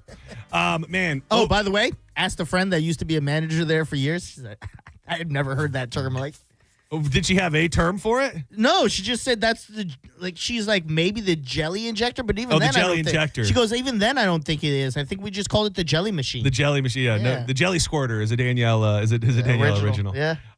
Yesterday would have been a great day for me to launch my cooking channel that you are encouraging me to launch. I had a hell of a stockpile from Wild Fork that I got on Saturday. Dude, I did I'm very scared of doing a brisket. So I've heard that a lot of people will practice their brisket technique with a big chuck roast. Okay. So I got a chuck roast, and I didn't even take a picture because my smoker was just jam-packed yesterday. I did wings, and then I did the giant brisket, and then I did some smoked salmon, and then I did they're called poor man's burnt ends, but pretty much what you do is you just chop up hot dogs, and then you chop up hot dogs with like a barbecue sauce, and then you let them smoke for a long time. Yeah. And so I had all that going at the same time. Just a few of the things that I love to pick up from Wild Fork, but they have everything that you're looking for, and the prices are unbelievable. At a time where we're still going, what is up at the grocery store? How are these prices that high? There's that, and just the variety. Over 450 different protein options for you to choose from. And of course, if you need the ground chicken, the ground beef, the ground turkey, and the stuff that you kind of feed the family with, it's all there at unbelievable prices. But if you want to get crazy and try some Wagyu or maybe even wild game, which I love to head over into that area and just try new things, elk, bison, venison, gator, yak, ostrich, kangaroo. It's all unbelievable with the sauces, sides, and seasonings to go right along with it. You can go shopping in the store at West Chase, St. Pete, right here on 4th Street North, or South Tampa. I get all my stuff delivered, though. If you become a member, it's $2 a month, and that covers your delivery fee. Check them out today at wildforkfoods.com. All right, I'm hoping that one half of a couple will call and tell us that this is how they do their relationships. They're youngsters with old outlooks from the New York Post. Total submissiveness in romantic relationships is a must for a staggering number of young men who view their wives and girlfriends as subordinates, per startling new data. 31% of Gen Z men agree that a wife should obey their husband, and 33% say a husband should have the final word on all important decisions. My first thought was, where did this come from? Obviously it was more ingrained in society when you go back to the olden times of women serving their men. We got away from that, I would say, for many, many decades. So to think that Gen Z at this point is now almost equally on board with saying that a partner should be submissive and subordinate, I just wonder who put that in their head. I don't know that it's just returning to the good old days as they might think it. My initial guess is the characters like the Andrew Tates of the world and some of these other characters who are very, very popular streamers. I think there's another guy out there, Nick Fuentes, who I think this is almost goes into the incel category, where they they're very open about the fact that their women are there to serve them in so many ways. And clearly it's taken to the younger generation.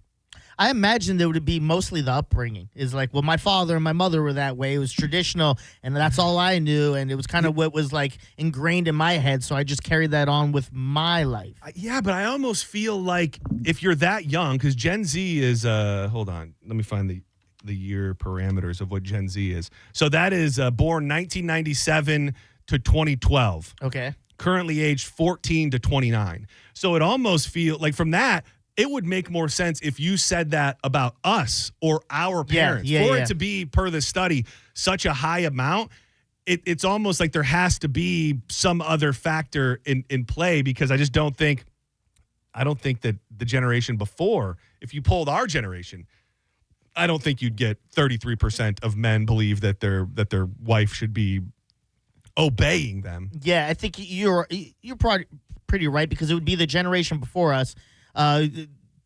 Spike is that kind of way. Spike is that generation where he's like, get in the kitchen, make me a sandwich. I mean, he's so in that generation. He keeps her locked up, and she can't even leave the house. There's a reason why. There's a reason why nobody has ever met or seen his wife ever, because he pushes it all the way. Adults over 30 largely disagree. So here's kind of the answer to that.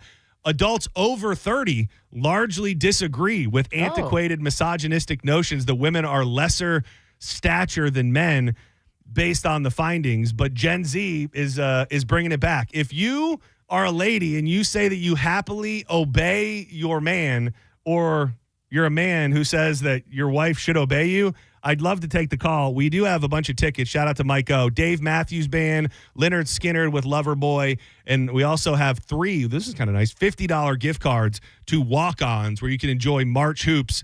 All the March Madness is coming up, and it's a great place to watch. 800-771-1025. I'm trying to, it doesn't seem to say much about the women here, because I would want, like, if you don't have women that are willing to do that, then you're probably just a lonely man. You have to find a woman you can want something all day long, but if you don't have a partner who's going to do what you want, then you just pretty much have a dream. I wonder even if it's like a cultural thing from different, like, obviously, like, there's different viewpoints in the Middle East where they're kind of just, they have to do that. That's part of their thing. But like in Africa and Europe, is there different, like, I'd like to think that we're probably somewhere near the further end of things. You know, I think women are, they would argue, but I would say viewed as equal across the board. You know, there are giant companies that are run by women. Like, I think we've moved forward in a pretty decent way. But yeah, you get to the Middle East, they're just now barely letting these women show their face. Yeah. They can barely show their face. They can. I think in some places they just got clearance to be able to drive.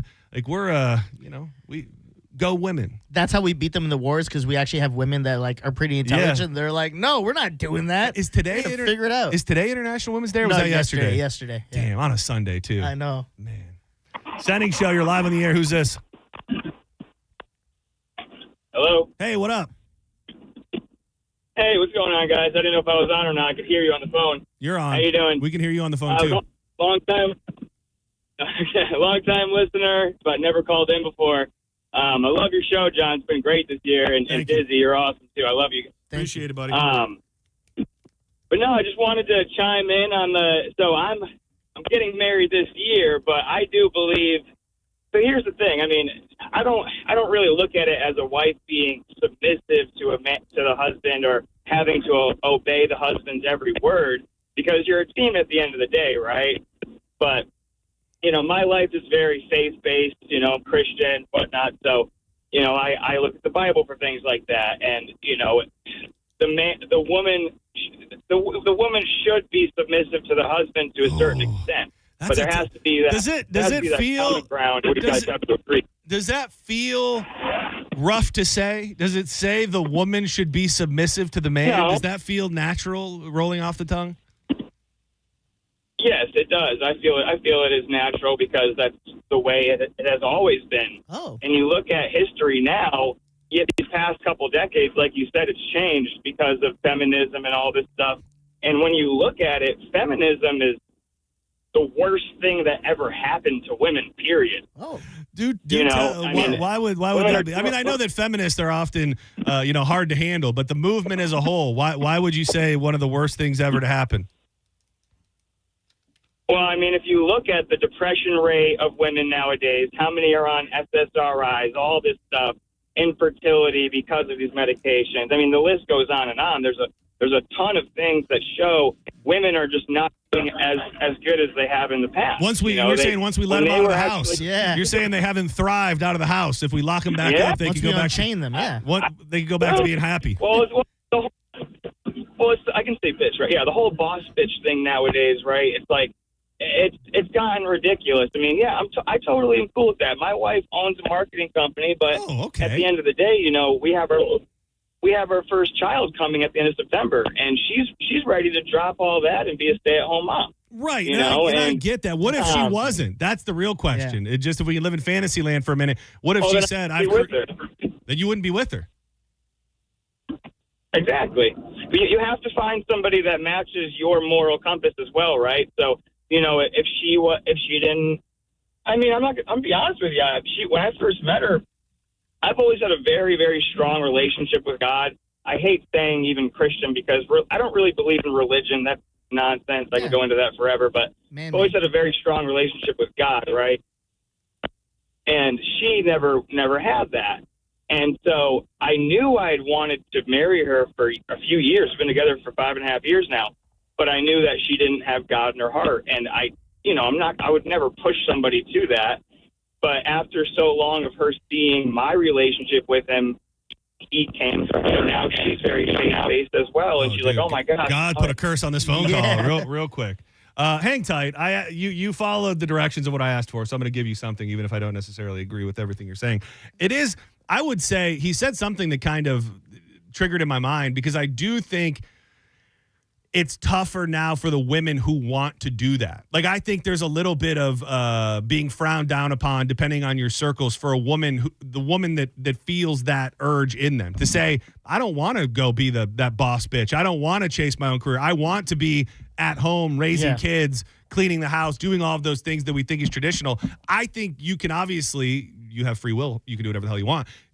That is something that women still want to do. I just don't know that all women support that as much. I think they call it the trad wife, where traditional, you stay home and do those things. I think they're kind of frowned upon by their fellow women these days. Yeah, I would agree. I think there is a small percentile that does want to do that. And then there's another percentile of those that are just lazy. And they're not the ladies that want the traditional thing. They just don't want to get They want to be taken care of. They want to be a trophy wife and just be the one at home chilling. We call them strippers. What about a trophy husband? I wouldn't mind being one of those. I would. You would? I would. I wouldn't mind having someone who's like well off and 6-digit, but I don't want to just stay home and take care of the kids. And not take care of the kids. I want to be a babysitter.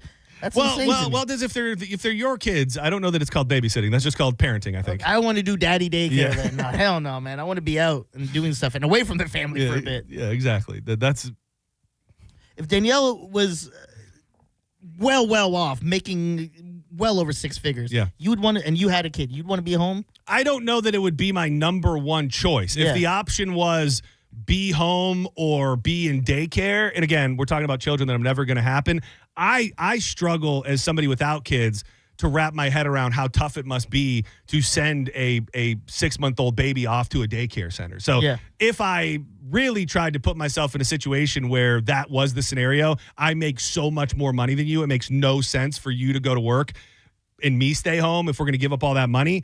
If that's what made the most sense, I would do it. I'm not saying it is the idea of a trophy husband, kind of funny, haha, but like it wouldn't be my number one choice. But if it made sense, I just really don't want to change diapers. That's what it comes down to. Senning Show, you're live on the air. Who's this?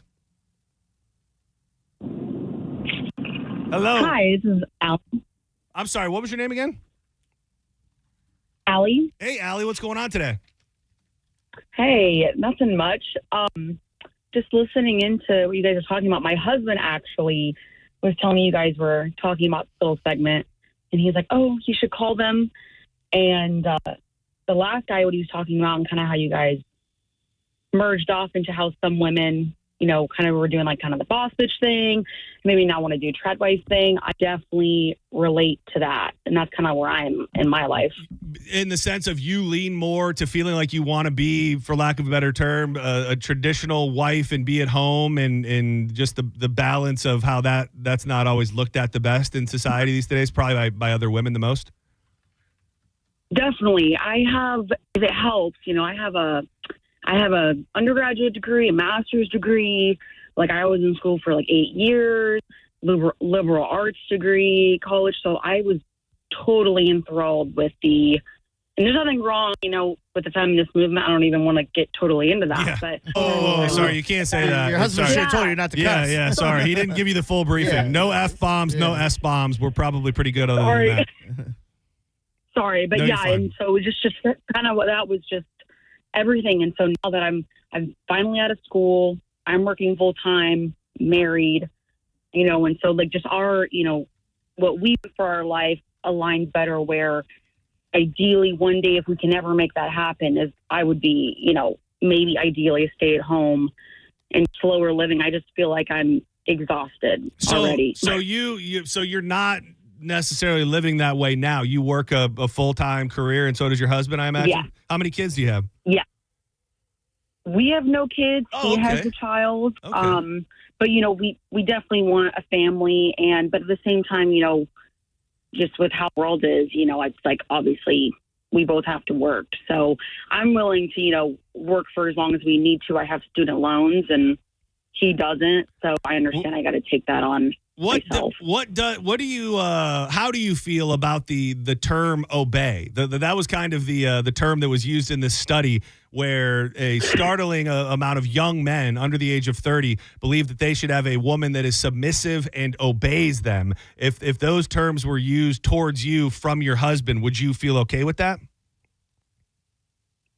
I think the term obey definitely has like negative connotation to it. I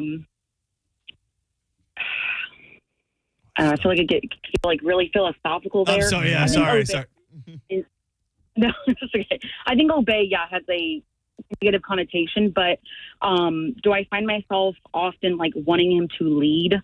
Yeah, I get that. I think that's a different take way charge. that's a different way to phrase it. I think obey feels like a child. Like it feels like somebody who is in a demeaning role. Yeah. Like you need to obey daddy. You need to, whatever I say goes. Yeah. When I think there's probably should be a little bit more of a conversation. So you going to start popping out some more kids here or what?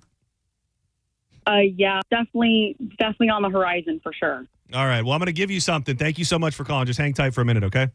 Yeah, thank you. You bet. It reminds me, and the first guy's call reminded me, and I've told this story a million times about how, throughout my life, I've had a interesting relationship with religion, and I've tried, and I want something to happen where I just go, I get it. I have unadulterated faith, which I think I do in a lot of ways, but something is missing from that. And we tried a lot of different churches, and I was probably 5, 6, 7 years old. Me and my little brother and my mom took just us on a Sunday to church, and we're sitting in the pew, and I just so vividly remember this guy up there just going on and on about how a woman should serve a man and obey, and the man is the king of the castle and all that. And I don't know how far into the sermon it was, but I just remember my mom yoked us both up and we're like, we're out of here. Yeah. And my mom, for a long period of time, she was a stay-at-home mom and did all of that. So, I mean, I wouldn't paint the picture as my mom as some raging feminist or anything, but that was not the message that she was about us hearing at that age. Rightfully so, I think. Turns out you were at a Mormon church. I don't know what the hell it was, but just very Mormon or Muslim, one of the two. It really is. You just have to wonder: is like the study like this, and you hear those numbers? Is it a little flash in the pan, or is it a signal of society like returning back to those old days? Oh, you would hope it's the former. Yeah, you'd like to think. And again, it could just be. I don't want to say that it's almost hip, but I mentioned, the podcast era and a lot of those voices that are kind of incels and, talking down to women and using them for pretty much whatever you want. I think they're just cool right now. I don't know that they're going to have the staying power of being the voices of reason for the next 2 generations or anything like that. Yeah, I remember vividly making a joke. I don't even know why. I don't know if I saw it in a show or a movie, but I'll never forget, we were at a doctor's office and the doctor handed something to the nurse. And I said something like, yeah, get the woman to do the job. My mom slapped me so hard. And I remember crying in that office. And then when we got home, she's like, where did you get that from? I was like, I don't know. She's like, well, it's not going to happen again, I hope. Was your mom home with you guys when your mom worked? No, we were one of those families where when we were in Canada for a bit, my grandma would come watch over us, or we would have a babysitter. Because my mom was high ranking at IBM. Yeah, my mom, there was definitely a period where she was there, but then at some point when we were still fairly young, she went back to work. She worked in a doctor's office for most of our life. And if you can have the mom there, I think it's probably the best case scenario. Of course, they don't want to be away from their kids, and their kids benefit from it, but everybody's just trying to do the best they can. Yeah. When we moved here, she definitely stayed with us for a few years because we were new to the States. Yeah. But after that, you can't stop my mom from working. She's a workaholic. Oh, yeah. Boss.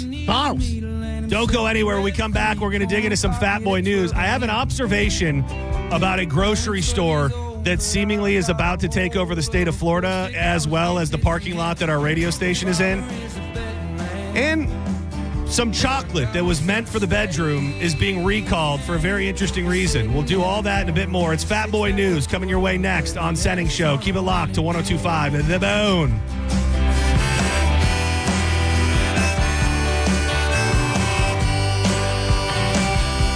ScoopyNutrition.com. We were talking about the dogs in the hot parking lot earlier, and I had to highlight how much I love my dog. It can't really be said enough. He is just turned 15 a couple weeks ago. We're so grateful, and I just cherish every single moment that I have with him. And if you love your dog and you want to look out for their health every single day, ScoopyNutrition.com. Ben, the man behind Scoopy Nutrition, his heart is in the right place in so many different ways. They have an entire line of products from allergy relief, skin and coat, calming, even hip and joint. All of those products are going to come with a forgotten hero on the front cover. These are dogs that are looking for a home, and that is one of Ben's many passions of highlighting rescues and dogs that need to find a great home. But the Super Health Soft Chews is what I want to talk to you about for just a second.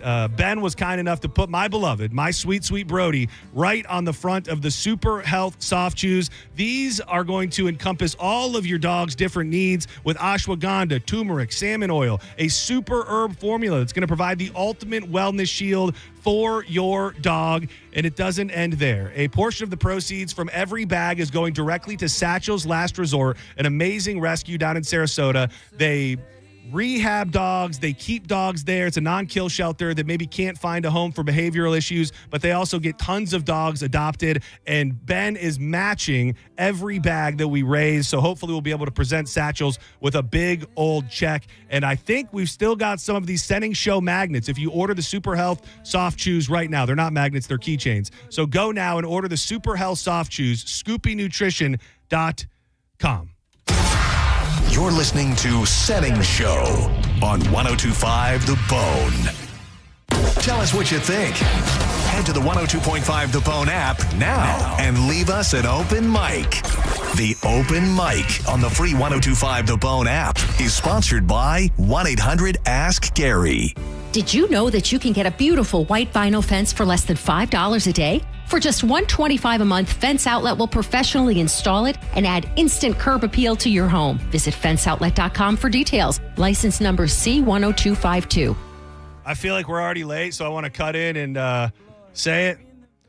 Adam Schefter reporting, ESPN, former Buccaneers, 6-time Pro Bowl wide receiver and all-around local legend, Mike Evans, expected to sign a 3-year deal with the San Francisco 49ers. The man has done so much for this area. If it is true, which once Adam Schefter gets his hands on it, it's true. We love you, Mike Evans. Thank you for the memories. Mike Evans out of Tampa Bay, signing with the San Francisco 49ers. Ken Gainley Kia has more new inventory than any Kia dealer in Tampa. And here's why that matters. Ever go to a big box store and buy in bulk to save big? Ken Gainley Kia does the same thing, but with new Kias. We buy more, so we save more, and we pass the savings to you. Lease a new 2025 Kia K4 EX for just $99 per month for 36 months with $24.99 due at signing. Ken Gainley Kia NewportRichie.com. Savings so good, you'll look for free samples on the way out. See dealer for details. All leases through KMF. 10,000 miles per year included, plus tax, title, and dock fee. No security deposit required. Offer expires 3/31/26. Stock number E154947. Many of you know that my inspiration for becoming an accident attorney was my brother Tim, who was rendered a quadriplegic at age 18.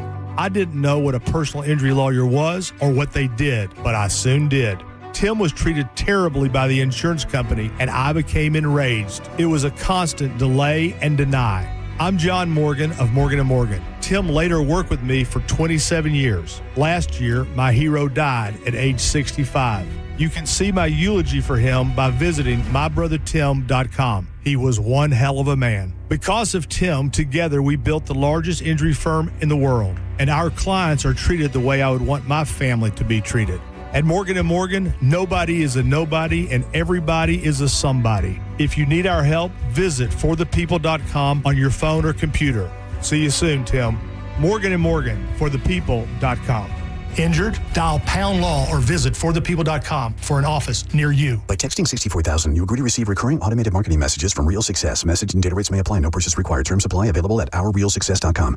Do you want to learn how to make money flipping houses and acquiring rental properties right here in the Tampa area without using your own money? You'll learn to flip houses and secure rental properties in your spare time to get on track towards real wealth building. We're offering a handful of motivated individuals the opportunity to attend our workshop right here in the Tampa area for free. That's right, we'll give you 2 free tickets when you text INVEST to 64,000. The Tampa area is the perfect market to flip houses and build rental income. Don't miss this opportunity. Come to a complimentary live 2-hour workshop this week right here in the Tampa area and learn how to start making money flipping homes and building long-term wealth with rental properties. To get 2 free tickets, text INVEST to 64,000. Text in the next 10 minutes and registrants will also receive a free copy of our Funding for Deals guide. Text INVEST to 64,000 for 2 complimentary tickets. Text INVEST to 64,000. Contact Tax Relief Helpers for details and restrictions. Attention, anyone that owes money to the IRS. Every day, your unpaid tax debt gets bigger and bigger from daily interest. The longer you wait, the more you will end up paying. If you owe $10,000 or more, now is the time to settle your debt before the IRS takes aggressive action, like taking your wages or property. A special toll-free number has been established so you can stop penalty fees, avoid liens, levies, or other hostile measures by the IRS. Call Tax Relief Helpers right now. I got behind on my taxes and owed $48,000. I called and they got my bill lowered to just $3,500. I owed $87,000 in taxes and it was scary. I got the amount I owed down to just $3,500. I saved $83,500. If you owe money to the IRS, don't wait another day. Your tax debt gets bigger and bigger from daily interest. Call right now before the IRS enforces liens, levies, or other aggressive measures. The call and consult are absolutely free. Call now. Call 800-476-6115. 800-476-6115. That's 800-476-6115. So my friends over at Pure Talk have been sending me customer feedback from consumeraffairs.com, where thousands of people rate and review the top wireless providers. Here, for instance, is a nice note from James in Raleigh, North Carolina, who writes, quote, after hearing Mike Rowe's ad, we made the switch to Pure Talk and we couldn't be happier. We went from spending $1,200 a year with T-Mobile to $420 with Pure Talk. Thanks, Mike. Switch today! Exclamation point. Pure Talk is saving James $820 a year. And because he literally wrote the words switch today in capital letters with an exclamation point, I'm going to go ahead and dedicate this commercial to him. So folks, take it from James in Raleigh, North Carolina. Pure Talk can give you unlimited talk, text, and plenty of data for just $25 a month on the same 5G service the big guys are overcharging you for. Just dial pound 250, say Mike Rowe. You'll also save 50% off your first month. That's pound 250 to save an additional 50%. Thanks, James. It's Kona Big Wave Spring Break. Grab your crew, catch the vibes, and party with us all spring break long. We're giving you the chance to win paddleboards, coolers, concert tickets, and more. Bringing the liquid aloha to Tampa Bay. Visit springbreaktampabay.com for details. If you've been injured, we're prepared and ready to help. Call Farah and Farah anytime. Tampa. Now, back to Real Raw Radio. Sponsored by Anajar and Levine, Accident Attorneys. Call 1-800-747-FREE. That's 1-800-747-3733. Now, back to Senning Show. With your host, John Senning.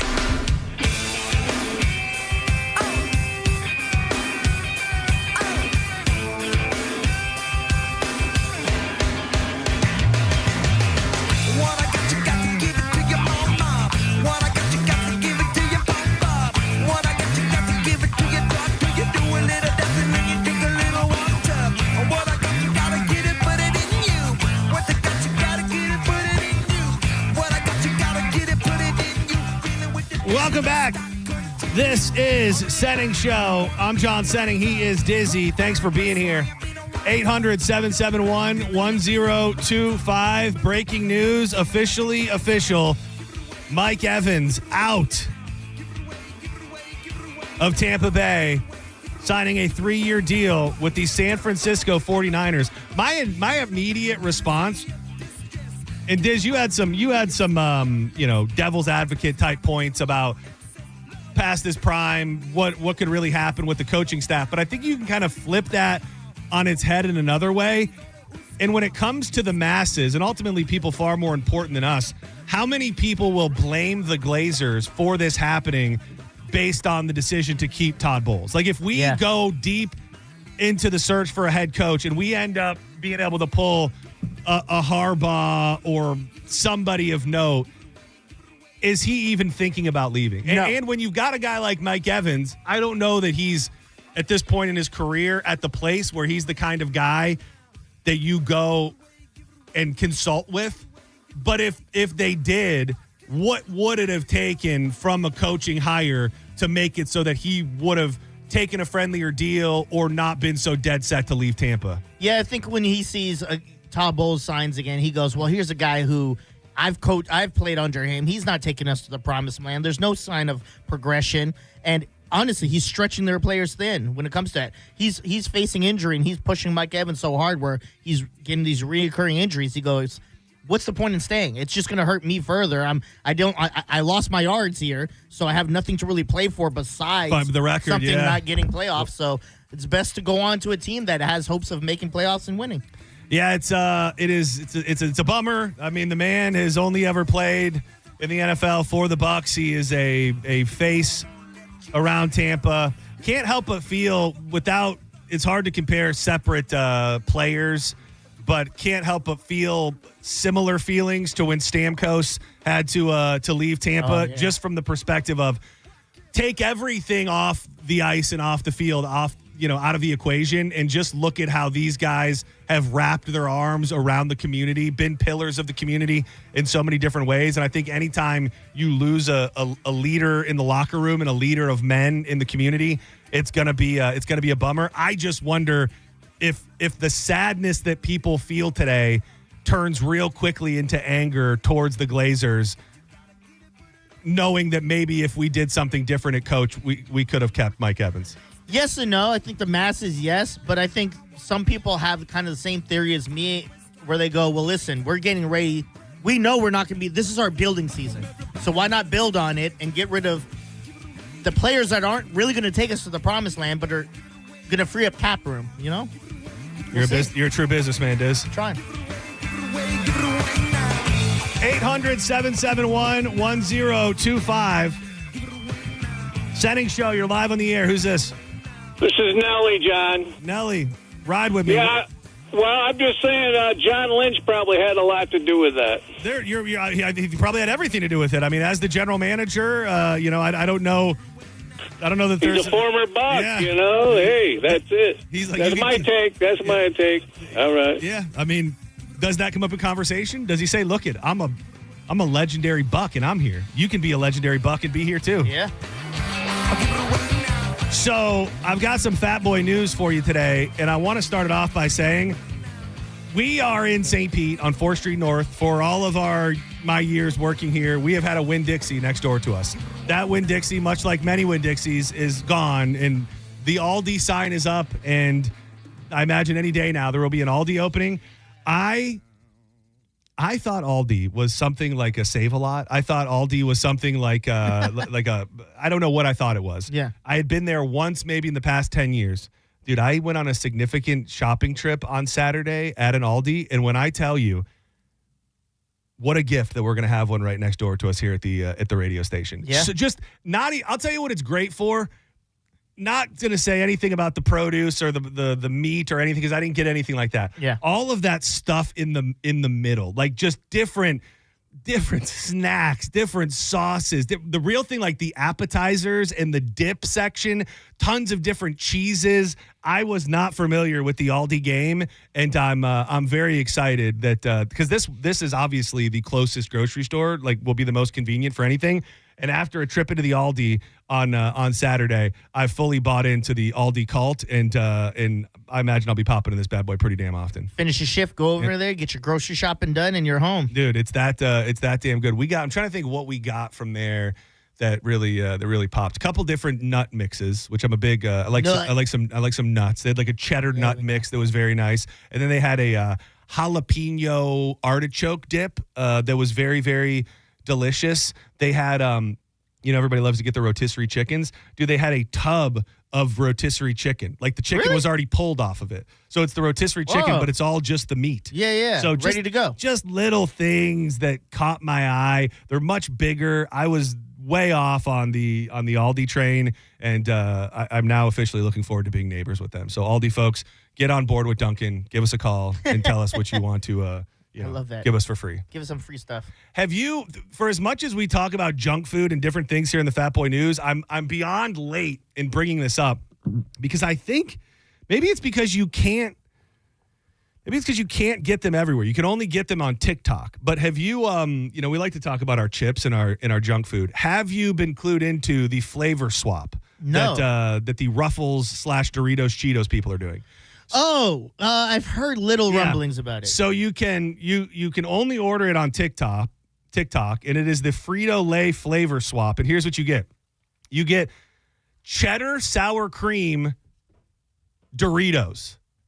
I don't like that. Cheddar sour cream Doritos. That sounds gross. Cool Ranch Ruffles. That sounds pretty good. Sweet Heat Southern Barbecue Cheetos. Okay. So all of the different flavors swapped with each other. I will absolutely. I'm not really necessarily in the market to try them. Oh, maybe I'll buy the box and bring it on the cruise. Oh, so now you're spoiling yourself. Yeah. Well, you're going to eat on the cruise. You've seen how we like to have our room properly stocked when out on our travels. Oh man. So I think some proper snacks in the cabin would be right with the Doritos flavor swap. I just wonder if they got it.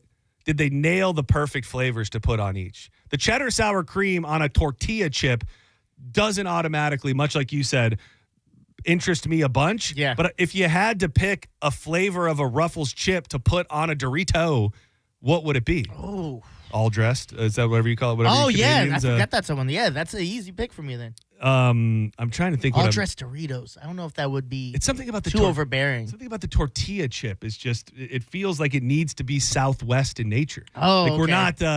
You ever have the Ruffles queso? Yeah, those are like really, really good. Those would be nice on a Dorito. Yeah, I mean it's honestly not not far that different. From, I was gonna say it's not that far from what they have. Cheese on cheese. Senning Show. You're live on the air. Who's this? This is PC Dubs, Clancy Will. What up, buddy? Just hanging out, man. I wanted to correct you and say that it's not only on the TikTok store. Racetrack seems to have those flavors as well. I've had the barbecue Cheetos ones. How was They're that? all right, but I'm looking to try out the rest of them. Yeah, It looks like Target has a lot of them. Oh, they do? Yeah. When I searched the swap, they have. You can buy the Ruffles Doritos Cool Ranch chips for $4.50. I would say the Cool Ranch is the most intriguing to me. The Cool Ranch Ruffles is the most intriguing. They also did. Thank you, sir. They did. What am I thinking of? Oh, Smart Pop. You know the Smart Pop. Oh, yeah. They did a Doritos nacho cheese popcorn.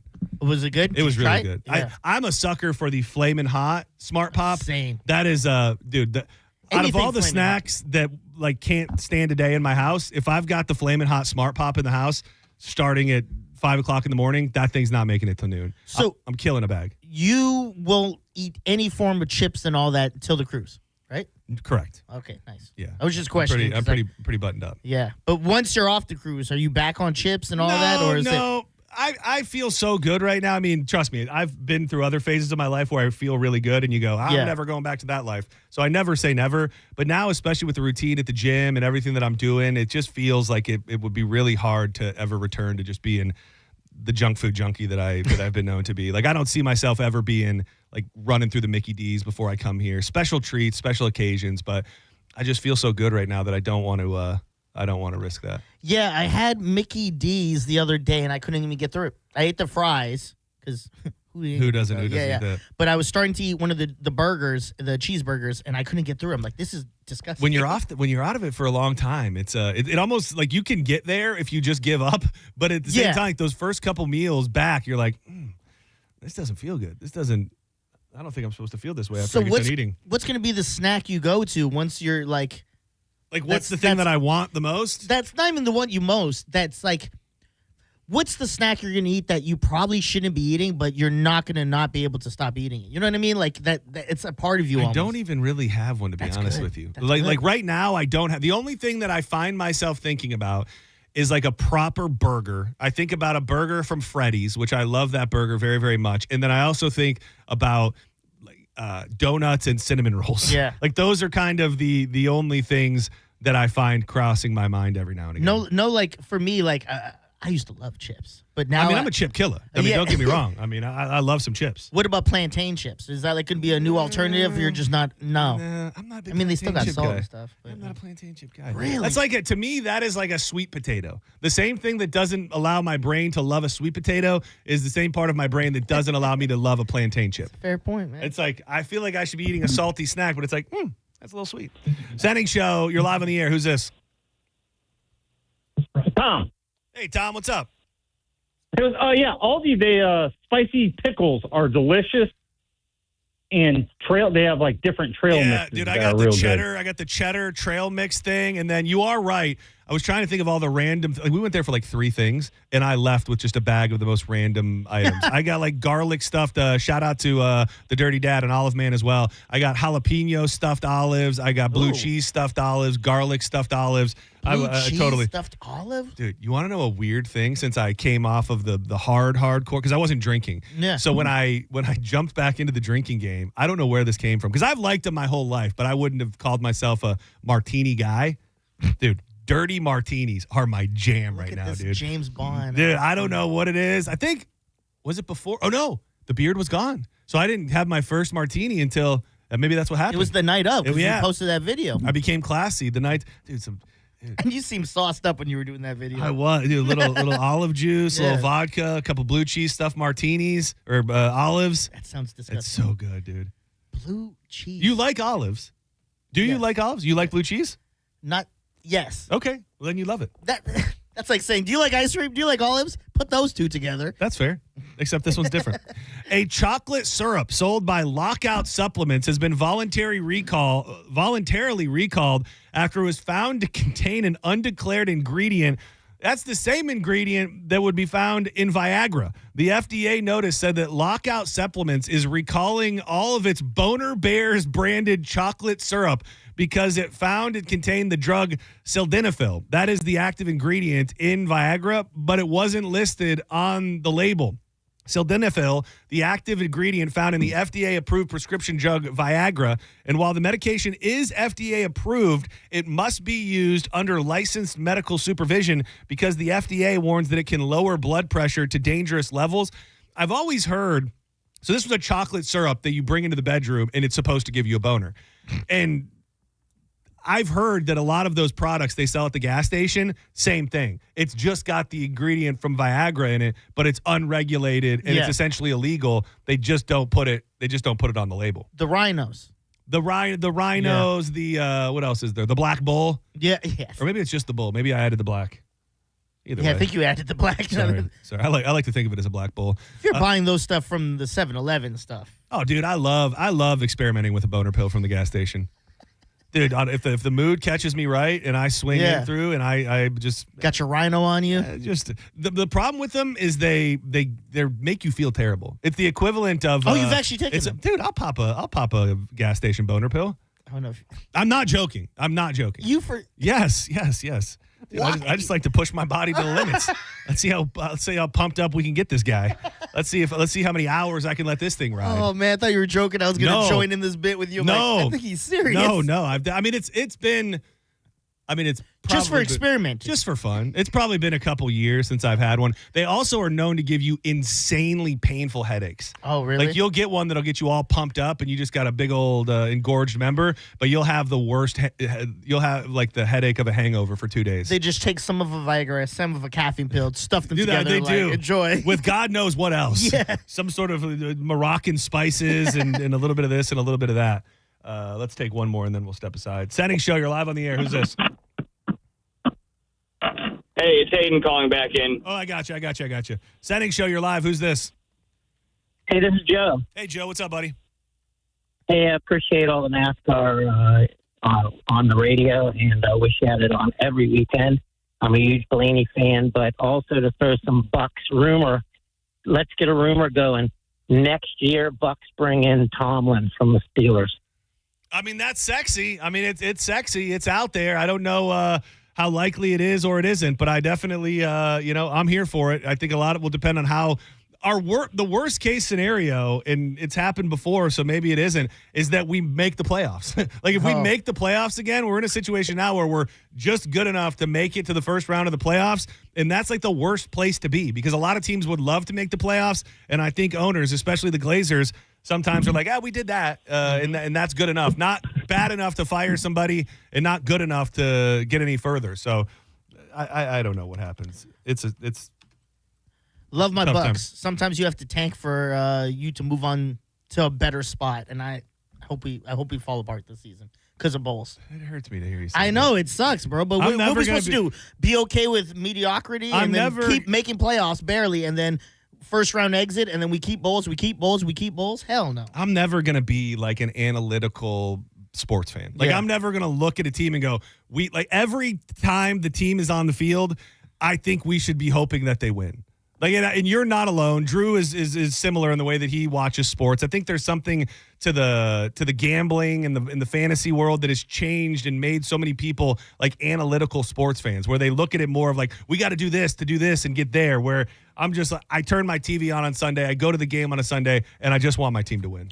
Yeah, I think, for me, it's European soccer. It's once you're not doing too well, you get the boot ASAP there. And that's what I'm used to. It's like, all right, we come wintertime, we're not doing well, get this coach in, let's get a new one in. And some teams are like that. Yeah. Not the Bucks, not right now. Again, if you just turning on the radio, Mike Evans out of the Tampa Bay Buccaneers. We'll talk about that. We'll talk a little Lightning hockey and much, much more as we fire up John's Joints coming your way with Drew Garabo in mere moments. Don't go anywhere. Got a little girl waiting on me and I want to trade it right. He said, I got what you need, son, as we step down in the cellar. It reached through the cobweb as it turned. If your air conditioning is already starting to struggle, which it's been a toasty one the last couple days, don't wait until it quits in the middle of the heat. You got to go with Hawkins Service Company. At my house, that's what we use because they make everything easy. Repairs, replacements, whatever you need. They've been taking care of the Tampa Bay area homeowners for over 30 years with more than 4,000 5-star reviews and real service guarantees. New customers save 10% off any service when you mention The Bone. You can schedule today at HawkinsServiceCO.com. You know, they handle air conditioning, plumbing, electrical, even pool repair. Hawkins Service Company, one call, handles it all. That big red sky. You're listening to Senning Show on 102.5 The Bone. Stream Real Raw Radio live anytime on the free 102.5 The Bone app. Injured? Take back control of your life. Call Anajar and Levine Accident Attorneys at 1-800-747-FREE. Did you know that you can get a beautiful white vinyl fence for less than $5 a day? For just $125 a month, Fence Outlet will professionally install it and add instant curb appeal to your home. Visit fenceoutlet.com for details. License number C10252. Things people don't believe in. Little green aliens. Bigfoot. And that Spectrum TV combines all your favorite streaming apps with live TV at no extra cost. But that one is actually true. You get over $100 worth of streaming apps like HBO Max, Hulu, Paramount Plus, Peacock, AMC Plus, and more, included with live TV at no extra cost. It's only the way TV should be. It's only everything. Learn more at SpectrumTV.com. Ken Gainley Kia has more new inventory than any Kia dealer in Tampa. And here's why that matters. Ever go to a big box store and buy in bulk to save big? Ken Gainley Kia does the same thing, but with new Kias. We buy more, so we save more, and we pass the savings to you. Lease a new 2025 Kia K4 EX for just $99 per month for 36 months with $24.99 due at signing. Ken Gainley Kia NewportRichie.com. Savings so good, you'll look for free samples on the way out. See dealer for details. All leases through KMF. 10,000 miles per year included, plus tax, title, and dock fee. No security deposit required. Offer expires 3/31/26. Stock number E154947. Are you struggling with bad feet? Here at the Good Feet store, we hear a lot about foot pain, but we also hear about back, knee, and hip pain. I'd like you to hear what Kelsey, a kinesiologist, has to say about the Good Feet arch support system. As an exercise specialist, I've seen all kinds of things that people try to put in their shoes to get out of pain. What I really like about the Good Feet system is that they support all 4 arches in the foot. So did you know you had 4 arches in each foot? Most shoes and inserts only support 1. Maybe that's the reason all the remedies you've tried in the past just didn't work. When the foot's placed in the ideal position, everything else up the kinetic chain works better. You have better balance, more energy. You're going to feel better. Being able to move freely means everything to me. And good movement starts with the feet. Stop by one of our 5 locations throughout Tampa, St. Petersburg, and Sarasota today, or visit us at goodfeet.com. Good Feet arch supports are HSA and FSA eligible. The only place to get the Good Feet solution is at the Good Feet store. Come in for a free test walk today. Are your investments in the right accounts? What's best, traditional or Roth? Are you receiving all available tax deductions? Are you paying as little in tax as you can? These are all questions you can't afford to get wrong. Hi, I'm Jeff Jr., founder of Trajan Wealth, and in many cases, it's not what you make, but it's what you keep that makes the real difference. Trajan Wealth and Trajan Tax work closely together exclusively. No more guessing about whether you should do a Roth conversion, or if maxing out your 401k is really the best option. Our nationally recognized fiduciary advisors and CPA team work in tandem to make sure your tax strategy works with your investment strategy. We'll even do your tax preparation. One team, one strategy. Isn't it time for a second opinion? Call Trajan today at 813-212-0500. That's 813-212-0500. Trajan Wealth, an SEC-registered investment advisor. Additional services through Trajan Estate and Trajan Tax. Additional disclosures and accreditation at TrajanWealth.com. It's Corona Spring Break. Come party with us all spring break long. We're giving you the chance to win a cruise for 2. Sample Corona and win Corona gear. Corona. It's Lime time. Visit CoronaSpringBreak.com for more details. So my friends over at Pure Talk have been sending me customer feedback from consumeraffairs.com, where thousands of people rate and review the top wireless providers. Here, for instance, is a nice note from James in Raleigh, North Carolina, who writes, quote, after hearing Mike Rowe's ad, we made the switch to Pure Talk, and we couldn't be happier. We went from spending $1,200 a year with T-Mobile to $420 with Pure Talk. Thanks, Mike. Switch today! Exclamation point. Pure Talk is saving James $820 a year. And because he literally wrote the words switch today in capital letters with an exclamation point, I'm going to go ahead and dedicate this commercial to him. So folks, take it from James in Raleigh, North Carolina. Pure Talk can give you unlimited talk, text, and plenty of data for just $25 a month on the same 5G service the big guys are overcharging you for. Just dial pound 250, say Mike Rowe. You'll also save 50% off your first month. That's pound 250 to save an additional 50%. Thanks, James. This hour of Senning Show sponsored by Trajan Wealth. Retirement planning built on trust. 1025 The Bone. Real Raw Radio. WHPT, Sarasota, Tampa, St. Pete. Live from the WeatherTight Windows studio. And now, back to Senning Show. It's time for John's Joint with your host, John Senning.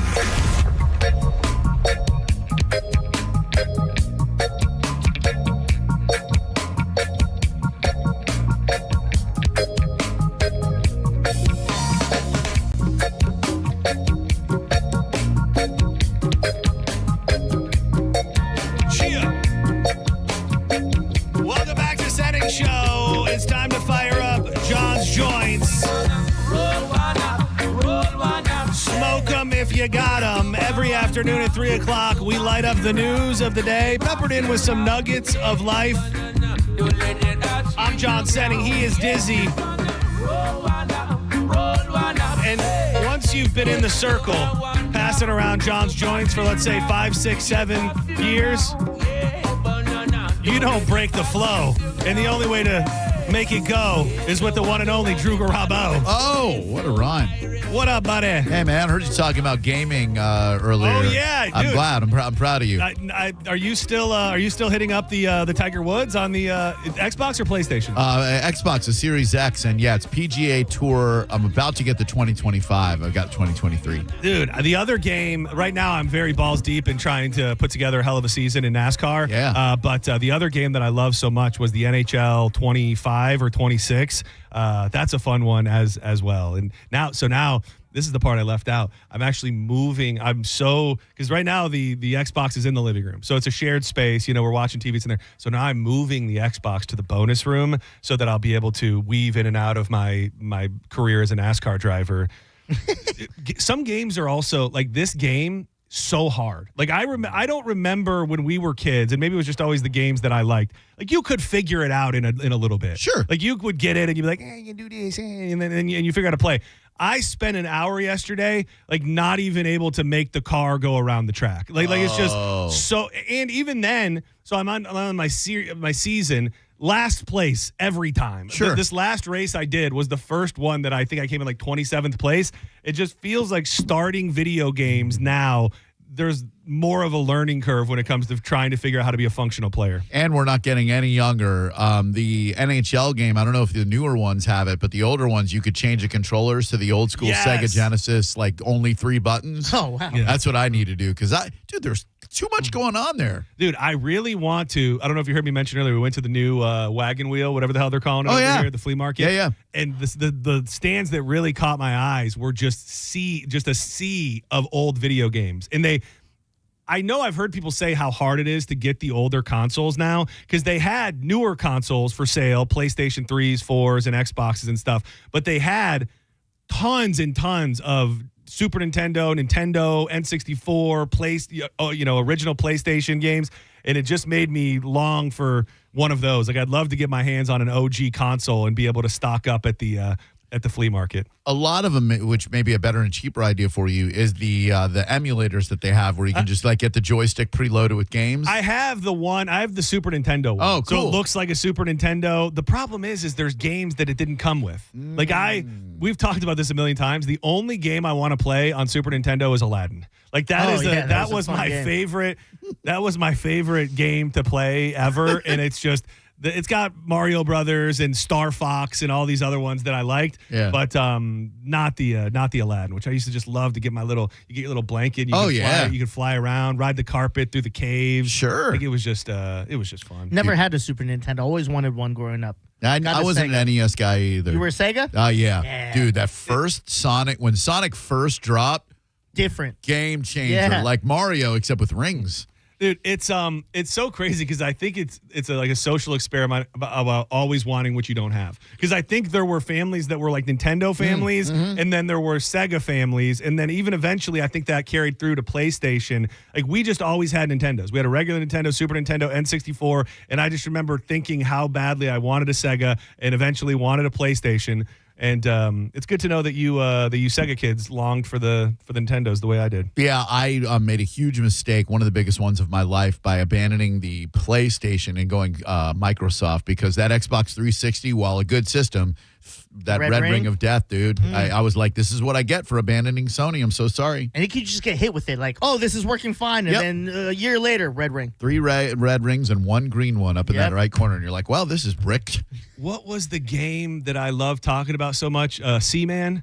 That's it, Seaman. Yeah, I'm sure that's you like talking about Seaman. Seaman. And with Leonard Nimoy. It was a weird, but that was like a totally off-the-wall console, wasn't it? Yeah, it's like a Tamagotchi, except you have a little, you grow from a little embryo, this little Seaman, and you talk to him. You've got a little microphone on your Sega controller, the Dreamcast. But it was, that's what I was going to say, Dreamcast. Yeah, and you got to talk to him. You're like, hey, Seaman, how's it going today? And then they start to interact with you. But it wasn't really a Seaman. Oh, my God, the thing is hideous. Yeah, dude, they're so scary. Yeah, it's terrifying. And then I'll never forget, we were playing it for a good 2 weeks. We grew our embryo into a Seaman. And then we went on vacation to New York for like a week. Oh, yeah. And if you don't have somebody come over and play your game every day, so we get home, we boot it up, and Leonard Nimoy goes, your Seaman has died. Oh, no. I hate that. Dead Seaman. Dead Seaman's never good. No. This is, I'll explain the path that I got to the clip I'm about to play because I've wanted to play it for about 2 weeks, but I've just forgot about it. Aladdin made me think of playing the Aladdin game. One of the other games I love to play was Lion King. And for those of a certain generation, Lion King was the movie, the Disney movie. Sure. Have either of you seen the clip with the African dude explaining what the Lion King song is actually singing? Yes. Yeah. No? Yes. I can do it. Do it. So you sing it like Ingonya Magiti Baba Ingonya Ma. Say it again. So you've at least, Drew, have heard that noise from Lion King. Yeah, what does it mean? It means, look, there's a lion. Oh my God. Oh my God. You're joking. That's it. That is not what that means. That is not what that means. That's exactly what it means. That's what it means. Look, there's a lion. Oh my God. It's a Look, there's a lion. Oh my God. It's a lion. Who would have thought? Is that the guy who played Rafiki doing that? Because it sounds like him. No, it's not. It's not actually. Okay. But What's Rafiki? You learn something. You learn something every day. Xander, I guess he was just past the Lion King era. You've never seen the movie? No. Yeah, there's a forgotten era. I know. There's just a forgotten era. I want to, but I just can't. I think it would probably hold up. JTT, Little Simba. You didn't hear that? Oh, Just can't wait to be king. Huh? What? Dude, that's what we should do at the... Oh, dude, there's a video of me when I was, I don't know how old, doing a Hakuna Matata performance with my next door neighbor. Some of my best stage work was... That one I know. Hakuna Matata, right? It means no worries for the rest of your days. It's a problem-free philosophy. Hakuna Matata. Hakuna Matata. Hakuna Matata. They do Lion Sleeps Tonight in that movie? I think actually they do. Yeah. Yeah. Yeah, they do. Timon has a little solo where he does that as a joke for a while. Absolutely do. John's Joints being brought to you by MarijuanaDoctor.com. 40 locations throughout the state, so there is one near you. We got you covered. Tampa, St. Pete, Sarasota. And first you have to book an appointment. MarijuanaDoctor.com. Pick your location. Then use the code BONE30 to get you $30 off the initial certification, which is going to come same day. We used to have to wait by the mailbox, wait by the email box, hoping that it would come. Now that is going to hit you the same day, so you can head out to the dispensaries, take advantage of the first-time patient discounts, and stock up on the edibles, the pre-rolled joints, the flowers, the vape cartridges, and everything else you can think of. Amazing products out there, but you've got to get your medical marijuana card. Founded by a former patient who just wanted to make this process as easy as possible, and they have. Book it today, MarijuanaDoctor.com. Use code BONE30. I didn't get a chance to dig into this yet, but it just came across the news desk. If you're living under a rock or just turning on the radio, Mike Evans out of the Tampa Bay Buccaneers, out of Tampa, headed to San Francisco. And this story from Sports Illustrated, why Mike Evans decided to leave the Buccaneers. The 49ers have reportedly agreed to a 3-year deal with veteran wideout Mike Evans, marking a bitter end to his 12-year stint in Tampa Bay. San Francisco agreed to terms on a 3-year deal. Albert Breer reported Monday afternoon the deal is worth to up to $60.4 million. Evans' agent shared a public statement on the former Buccaneers' departure. After 12 remarkable seasons in Tampa Bay, Mike Evans felt the desire to challenge himself with a new chapter in the final stage of his career. Throughout his entire career, he has pushed himself to grow, compete, and evolve as a player. And this decision reflects that same mindset. Mike Evans' decision to leave Tampa was never about money. The Buccaneers were extremely aggressive in their pursuit and presented a very strong offer, demonstrating how much they value him and everything he has meant to the franchise. In the end, this decision simply came down to Mike wanting a new challenge and a fresh opportunity. While he still feels he has a great deal left to give the game, Tampa Bay will always have a special place for Mike Evans, and his respect and gratitude for the organization and its fans will never change. Damn, so man. So I wonder if we'll ever get specifics. Like, what if the Bucs offered more money or the same amount of money? Then that kind of goes even further to the question I asked a little bit earlier of, will this be an indictment on the ownership and ultimately an indictment on him feeling like they can't make a decent run with Todd Bowles as the head coach? Yeah, he at least obviously thinks that San Francisco has a better chance at winning a Super Bowl than the Tampa Bay Buccaneers in their current incarnation. But we got your boy from the Lions, that big old stud linebacker. Who? Oh, did that come down today? Yeah. There's been some interesting move. We got Gainwell from Pittsburgh too. He's a hell of a running back. Yeah, and it's Diz made some points earlier that I don't know if anybody else would tell you that it is a full blown rebuild era. But with Todd Bowles as our coach and with Mike Evans leaving, I don't think it's totally. I know that Bruce Arians always says, we reload, we don't rebuild, and I think that's kind of been their tone. You don't really know until the season kicks off and we see what we're up against, but just take everything off the field, like I've been saying, or on the field, out of the picture, and you still lost a hell of a guy who's meant a bunch to this community and given so much of his time and money and effort to helping better the community, and that's always a sad day. So we love you, Mike Evans. We will miss you, and San Francisco will be luckier to have you. Hopefully they can get rid of those electronic magnetic waves that are injuring everybody before you get out there. Just saying. This does, though, open up a hell of a lot of routes for Emeka Egbuka, who can hopefully take that jump from first year to second year. Yeah, it's gonna be interesting to see, and so I don't know if you heard me say earlier on in the show, there was the Poly Market had the Bears, right up there as the most likely to sign him. That didn't come to fruition, but I love the idea, and normally we don't get the full behind the scenes. Would have loved to know who it really, really came down to. Like if he was looking on paper, because I'd imagine the money was coming from 2 or 3 different spots. So you've got to make the decision of where you want to live. Diz had a good point in Chicago from Tampa, probably not the sexiest. Kansas City was supposedly an option as well. I wondered if Travis Kelce coming back affected that, because he's coming back, which I don't see happening either. So going to Cali and paying all those state taxes, that's rough. Yeah, it's beautiful out there, though. Yeah, you also that's leaving no state tax to Well, from the money the perspective, if the money was the same or if the money was just a smidge more, it probably does wash out with the taxes that he's going to be paying in San Francisco. So. Yeah, but I think a guy who gets to that point in his career, the most important thing is probably competing for a Super Bowl, and definitely San Francisco is in better shape to do that than we are. Yeah. And where you want your family to go? You want to bring them to cold-ass Chicago? You want to go to the nice West Coast? Take them to San Francisco. Yeah. Maybe you just got to skip over some poop in the streets and some needles here and there. But Tent City. Yeah, who People cares? shooting up right in the middle of the street. Who cares? That's fine. No big deal. No big deal at all. Sometimes when you're at war, you might accidentally drop a bomb on a kid's school. Newly surfaced video adds to the evidence the United States likely struck a school in Iran, killing more than 170 people, including a bunch of kids. The footage, geolocated by NBC News, shows what experts say appears to be an American Tomahawk missile hitting a compound belonging to Iran's Revolutionary Guard Corps next to the Shajari Tahabe Elementary School, where witness said children. It's bad. It was just bad. It hit the school, and it was bad. I don't feel the need to share the details, but first of all, I think that we lied. I think we came out immediately and lied and said that Iran did it, which is, maybe that's just what you do when you're at war and you're a government.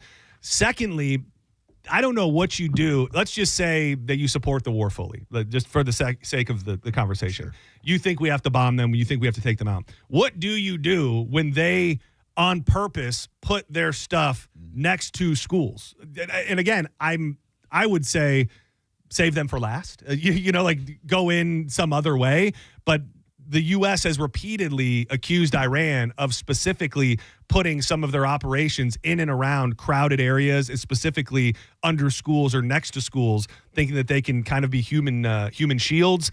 So war is bad in so many different ways. And I think this was like on the first day that we that we dropped any bombs. And there are reports there was a second bomb, that there were people there helping at the school, and a second bomb was dropped and took those people out as well. So we can only hope that through some channel this will all be calmed down and the bombs will stop dropping, but it's hard to see the forest through the trees when it comes to war at this exact moment. What if we all, as American people, just go, you know what? We're willing to forget about the Epstein files. Hey, Epstein files? Actually, end the war and we'll just tear these things up. Yeah, let's start a change.org petition that says we're all just going to agree to forget about the Epstein. We won't bother you about it. We won't ask about it. Nope. You just have to stop dropping bombs. You have to stop taking us further into World War. The other crazy element of what's going on over there is Iran went just nuts immediately and started throwing bombs and missiles at everybody in the Middle East. And there are tons of reports out there that all of these figures in the Middle East are now mad at us because they didn't sign up for this. Like when we go and we get clearance we didn't get real clearance like through Congress or anything, but when we decide to do it, like we didn't go brief them and say, hey, we think you're going to be in danger and that you're going to have to evacuate all of your different people. So now they're pissed off, especially over the weekend when we bombed that giant oil refinery in Tehran. Like I think they're turning on us kind of, that now our problems are their problems because they can't, knock on wood, shoot a missile to the United States. So like, well, we'll just bomb all of the people that are friendly to you in the Middle East. My sources tell me there'll be more to the story of the bombing in the weeks to come. More to the story. More to the story. So maybe to your point about them hiding stuff there. Well, they are saying that it was a compound of the Iranian Revolutionary Guard that had a school in it. So I don't. Maybe they weren't real kids. Maybe that's going to be the twist. They were. Oh, I thought that's where you're going. I'm sorry. Midget Iranian soldiers dressed as kids. Fake. I got to get to my math class. Sorry. It's actually, dude, how about this? It's actually it's a jail. It's actually a jail for little people only, but they make them dress up like children so that they can make the U.S. look bad when they know that they're going to eventually be bombed. Man, you do not want to end up in a midget Iranian prison. Yeah, dude, I have to say, Diz, I might go there and run the whole yard. I'll be the shack of there. Like, go get me some food, bitch. Let me get that commissary money. Yeah. The headline reads, Sabres Lightning battle in one of the wildest NHL games in decades. The Buffalo Sabres edged the Tampa Bay Lightning 8-7 last night in a game that saw an unusually high number of goals. The Buffalo Sabres and Tampa Bay Lightning played a game for the ages, that the kind the NHL just doesn't see anymore. You have to go back to Tampa Bay's first season in the league, to the Hall of Fame goaltender Dominic Hasek's first season in Buffalo, to a time when Mario Lemieux had led the Pittsburgh Penguins to back-to-back championships, to find a game quite like this. Dude, I am so mad that I did not watch this game. Man. Did you watch it all? I got home in time for the third period and I watched the entire thing. Yeah, I don't know. I was just sleeping under a rock. I don't know what it was. I was watching NASCAR, and then I think I dozed off for a minute, and I totally slept on it. Vasilevsky was not in goal. Correct. Johansson. Which is, that's a positive. Yeah, I mean, during this time when we're saying Vasi's letting in too many goals, 8 more on his head would not be good. No, and it was one of the craziest games I've ever seen. This is going to be a great second-round NHL playoffs matchup if things stay the way they are. The Sabres are damn good, man. Yeah. They're scrappy, man. Yeah. The game that we went to, when was it? Oh, when my buddy was in town. That was a Sabres matchup. Yeah. That was the one that went to overtime. But we won. We won in a shootout there. So very, very close. And, the Sabres are no longer in the basement of the NHL anymore. And,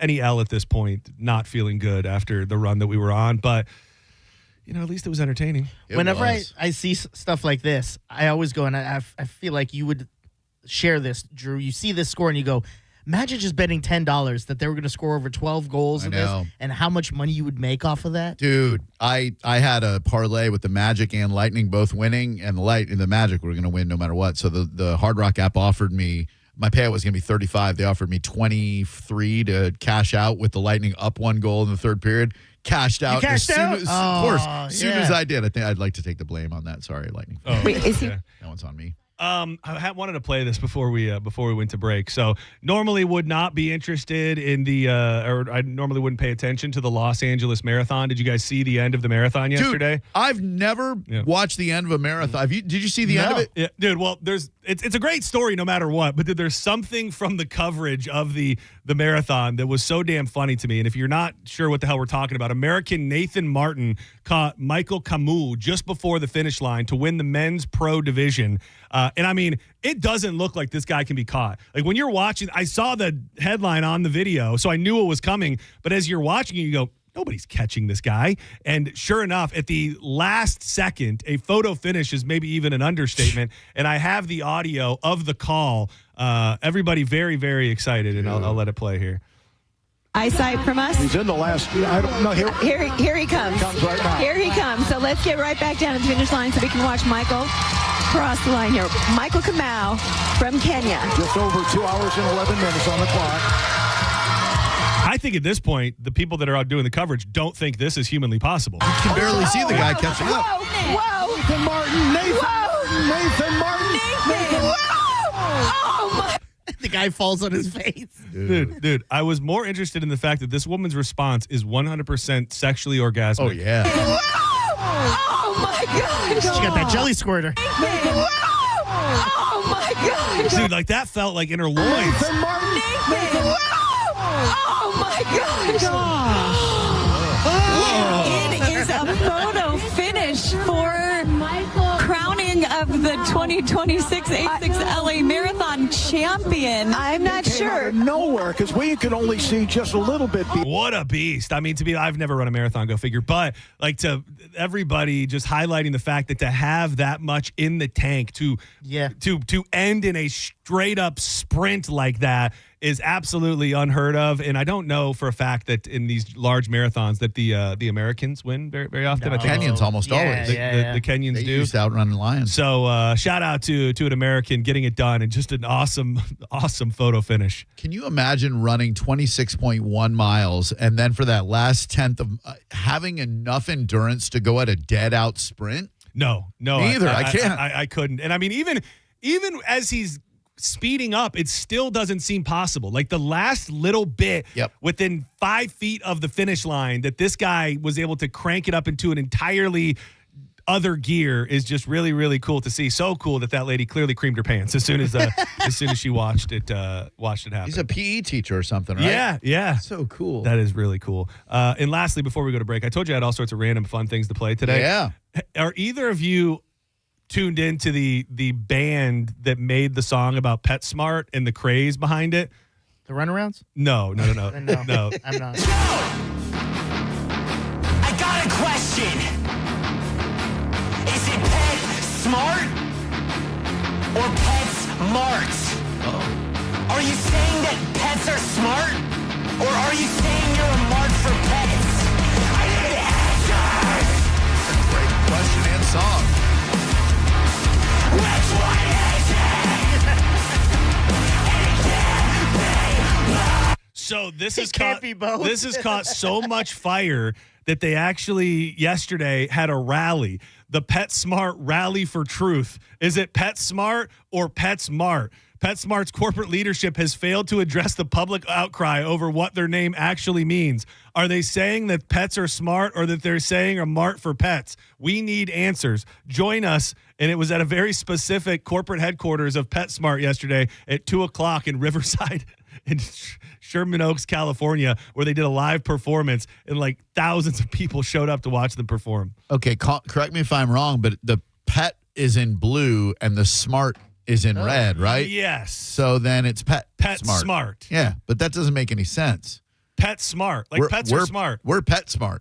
Yeah, and this guy's name is Ben Lapidus, and has gone insanely viral. The singer, songwriter, creator seeks answers about the retail chain's name in a hilarious new heavy metal song. I love the song. It's a bop. It's a banger. That's all there is to it. We're going to step aside for a moment when we come back. Plenty more joints to fire up. Man, this story of the high school prank gone awry with the follow-up of the family of the victim is hard to wrap your head around. And around Halloween time, we always you say nobody wants to give your kids edibles.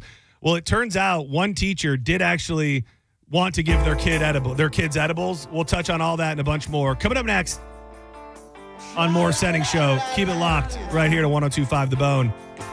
Next Thursday, we got something real fun for you. It is John and Drew's Hookie Hole at the Valspar Championship. A $200 ticket is going to get you premium open bar. You're going to have high seat tables, right, with a perfect view of the 11th green and the 12th tee. We're going to be broadcasting from 1 to 7. There'll be neutral giveaways. We'll have the hat press on site, and we're going to be getting a little bit rowdy. Yeah. Why would you sit in an office somewhere when you can join us at Innisbrook, a premier golf facility, watching the world's best PGA golfers tee it up?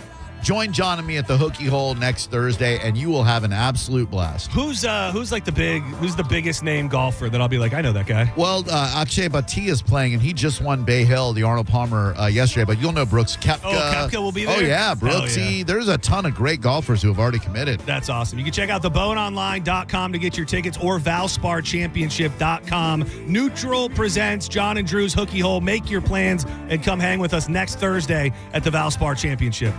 Someone who believes, yeah. Mr. Jones and me. You're listening to Senning Show on 102.5 The Bone. It's Lightning Hockey on 102.5 The Bone. Tomorrow night, your Tampa Bay Lightning are at home at the Benchmark International Arena to take on the Columbus Blue Jackets. The game starts at 7. Don't miss a single game. Listen to every Lightning game all season right here on the official station of the Tampa Bay Lightning. 102.5 The Bone. Real, raw hockey. Now, a Bone traffic update from the Farah and Farah Personal Injury Attorneys Traffic Center. Continue expecting slowdowns from a tamper crash westbound on Bush Boulevard just past Florida Avenue. Traffic is stop and go along northbound I-275 between West Shore and Himes. In St. Pete, there's an accident on 66th Street at 22nd Avenue North and another one on MLK at 38th Avenue North. This is Jim with traffic. Oil lights never come on at a good time. you've got enough to juggle. So let Take 5 handle it. Drive in, stay in your car, and roll out in 10 minutes. No waiting room, no stress. Just fast, friendly service. Visit take5.com today to find your nearest shop. Life is too darn short to work in a job or career that you don't absolutely love. How about transitioning into the world of aviation maintenance? You can do it right here in Clearwater, Florida at the National Aviation Academy. I've been in the hangar before where they do all the training. It's hands-on. You'll be tinkering on engines and jet planes and other sorts of flying objects. And the NAA has the resources to help you find a job once your training is complete. Make that decision and take control of your life and start a new career today by going to NAA.edu. There are 472 reasons to shop auto lenders in Palm Harbor. This is reason number 328, which we call better than new. You see, at auto lenders, we sell pre-owned cars that have gone through our meticulous 110-point inspection, so they look and drive even better than new. In fact, the only way to tell the difference between an auto lender's vehicle and the same model at a new car dealership is to look at our much lower price. Better than new. One more way we've revolutionized the whole pre-owned car buying model. See for yourself at auto lenders in Palm Harbor. Looking to upgrade your yard? Fence Outlet specializes in stunning new fence installations at competitive prices. Don't just fence in your yard, transform it. Quality fences that add style, privacy, and an upgrade to every home. Go to fenceoutlet.com to book your free estimate. License number C10252 and C10803. This is Mav, spokespeople for Veteran Air, the home services company proud to serve you. Other than Freebird, I'm the most electrifying bird you'll hear on the radio. No, you know what? Including Freebird, because no one does electric like Veteran Air. Our electricians are experts at installations and repairs, big and small. And for a limited time, we're providing free home electrical safety inspections. Shocked? Well, don't be. Visit veteranair.com to learn more. Veteran Air. At Brandon Honda, get 0 down, 0 security deposit, 0 first payment, 0 do it signing. Hi, I'm Sam Robbie. Get a brand new Pilot for just $329 per month. New passports are just $389 per month. Or get a new HRV for an incredible $169 per month. And for a limited time, get a $2,000 bonus voucher. Plus, get a real nationwide lifetime warranty, unlimited time, unlimited miles. Get all the facts at BrandonHonda.com. Call 813-279-1222 for more information. Thinking about buying your first home? Now, with Third Federal, you can buy your first home and pay no PMI. Hi, I'm Mark Stefanski, Chairman and CEO of Third Federal. Private mortgage insurance, or PMI, can cost thousands of dollars over the life of your loan. And you may not realize PMI doesn't protect you. It only protects the lender in case of default. But at Third Federal, you can buy a home with just 5% down and no PMI. Plus, first-time home buyers get $750 off a closing cost. So if you're thinking about buying your first home, go for it and visit thirdfederal.com. Even before you find a home, lock in 5.79% APR 5.82% on a 30-year fixed-rate purchase mortgage. Visit thirdfederal.com or call 1-800-3rd-FED today. APR reflects 15% down for $350,000 loan amount. Rate requires automatic payment program and is subject to change. Restrictions apply. See conditions for closing cost coupon at thirdfederal.com/FTHB. Equal housing lender. Hi, I'm attorney Fran Hosh. Being involved in a car or motorcycle accident can be stressful. I've dedicated my career to helping accident victims and their loved ones. If you need an attorney you can trust, give me a call today at 866-LAW-FRAN. We will give you a free case evaluation and won't charge you any fees unless you recover money. Give me a call today at 866-LAW-FRAN, 866-LAW-FRAN, or visit me online at lawfran.com. Main office, Palm Harbor. Weather Type Mike is here again, and I'd love to know what kind of advice you would give homeowners who are thinking about replacing their windows. Well, Michael, if you're thinking about replacing your windows, first off, don't wait for a hurricane to blow through to remind you. It's like realizing you're out of cookies right after you've already eaten the last one. You don't want to be caught off guard. My advice is simple. Do your research. Make sure you're getting energy-efficient windows and check the quality. Don't go for the cheapest option. Those windows are like that diet cookie. It sounds good in theory, but it's really not going to do you any favors. And always go with a company that stands behind their product. Kind of like I stand behind my cookie jar. Check engine or ABS light on? Take the guesswork out of your warning lights with O'Reilly Veriscan. It's free. Ask for O'Reilly Veriscan. O'Reilly Auto Parts. That pallet of pavers collecting dust? The beginnings of a garden? Those stray fence posts? Are you haunted by half-finished projects on your land? John Deere is here to say, not anymore. Our compact tractors allow you to swap implements easily, and they're backed by the nation's largest dealer network. You always had the right idea, and with the right tools, those projects can get finished for good. Nothing runs like a Deere. Learn more at johndeere.com/compact tractors. How can you free your team from time-consuming office tasks? Amazon Business. Smart business buying tools enable buyers to find and purchase items fast so they can focus on strategy and growth. Free up your teams and focus on your future. Learn more at amazonbusiness.com. It's Corona Spring Break. Come party with us all spring break long. We're giving you the chance to win a cruise for two. Sample Corona and win Corona gear. Corona. It's Lime time. Visit coronaspringbreak.com for more details. Involved in a car accident? We understand the pressure you're under. Call Farah and Farah. Tampa. Got a burned out light switch or broken outlet or breakers that keep flipping? Just call for a Bolt electrician online at boltelectric.com. Now, a weather update from the Sun Toyota Weather Center. Sun, Toyota.com. I'm Fox 13 Chief Meteorologist Paul DeLegato. More record heat on the way. Mostly clear tonight. Some patchy fog late. Lows near 70. Coming up on Tuesday, sunny to partly cloudy skies. A very warm and humid day with high temperatures approaching 90. Now, back to Real Raw Radio. Sponsored by Anajar and Levine, accident attorneys. Call 1-800-747-FREE. That's 1-800-747-3733. And now, back to Senning Show with your host, John Senning.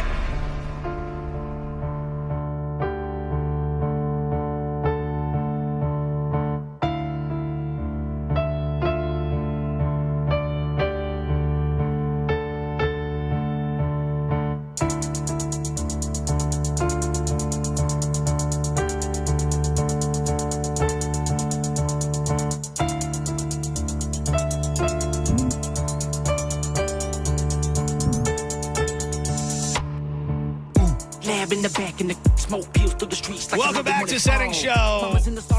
You're in the midst of John's Joints. I'm John Senning. He's Dizzy. That is Drew Garabo. Hell of a stretch on Friday on the main stage at Rise Up. Dylan Catrone followed by Yellow Wolf. I'm thinking it was so great, however many years ago that was, where we were right front stage for Yellow Wolf. I think my plan is to just stay on that side after Dylan and try to get right up front again for Yellow Wolf, because I want to feel that deep rattling inside my guts that we still the heaviest bass I've ever heard from any concert I've ever been to in my life. I didn't know what to expect. I've always liked his music, but man, being right there in front for that show turned me into the biggest Yellow Wolf fan. Hopefully he's going to be joining us this week. Well, and it's interesting too, because his energy was very different than any other artist you'll ever see at Rise Up. Remember, he was like turning the VIP people against the general admission and turning everybody against the boat people, and a lot of kind of combativeness, I guess would be a good phrase. So I remember seeing comments from people who like to bitch about everything. That's not reggae Rise Up. And I wondered to myself, will we ever see him again? And what do you know? Just 2 years later, he's back on the main stage. So I'm glad to know that clearly that was just some annoying Karens online, and nobody really had a problem with it. Boy, and what a lineup Thursday, Friday, Saturday, too, with If You Like Hip Hop. Cypress Hill Thursday, Yellow Wolf Friday. Oh, wait, Yellow Wolf Saturday? No, Yellow Wolf Friday. De La Soul Saturday. Yeah, dude, that reminds me. I know you probably already saw this, but I wanted to play it. I bought all these random audio clips. I almost want to make an In the Joint section just for all the random audio that I collect over the weekend. I love that. You saw who performed on SNL on... I did. Gorillas. Doing some old stuff, too. I know. Did you like that they did this? Yeah. Who wouldn't? Del the Funky Homo Sapien came out. And they brought out Black Thought for a newer song. I got sunshine in a bag of useless. But you know what else happened? I think on Friday. Tell me. That I haven't seen everybody talking about. You see, Gnarls Barkley dropped a new album. First one in like 20 years. Yeah. I've been dabbling in it. Like it? I like it. It's very different than anything else I'm listening to, so I think I'm just working my way into it. But it's got that Gnarls Barkley sound we're looking for. Somebody let me out of my cage. Let me just fire off my other random audio clips that I had. This one was for you as well, because you're the only person. Question with the Gorillas. It's just two guys, right? I thought it was like 4 of them. I thought they were all cartoon characters that had real life people based on it. That's a Drew question. Yeah, thank you. Drew, I'll let you field this question. Thank you, John. Diz, Gorillaz is the mastermind of Damon Albarn from Blur and this cat, Jamie, whatever the hell his last name is. They are the founders, but like they're animated characters for everyone in the band. So I don't know who anybody else is except for Damon Albarn from Blur. Okay. But they have a roving cast of rappers who do. Black Thought is with them on the new album. Oh, really? Oh, yeah. The new album's great. It's about death and grief and all that stuff. Phenomenal. No further questions. My bad. I was so confused about I get that. It's an animated band, but they perform live. Okay. In this one, if there was just one person in the world that I knew would find this funny, it would be you. Thank you. I saw it on X over the weekend, and it said, "I will never forget Beavis and Butthead reacting to Ween for the first time ever." Push the little daisies. Yeah. What the hell is this crap? Mine has more bumps. When you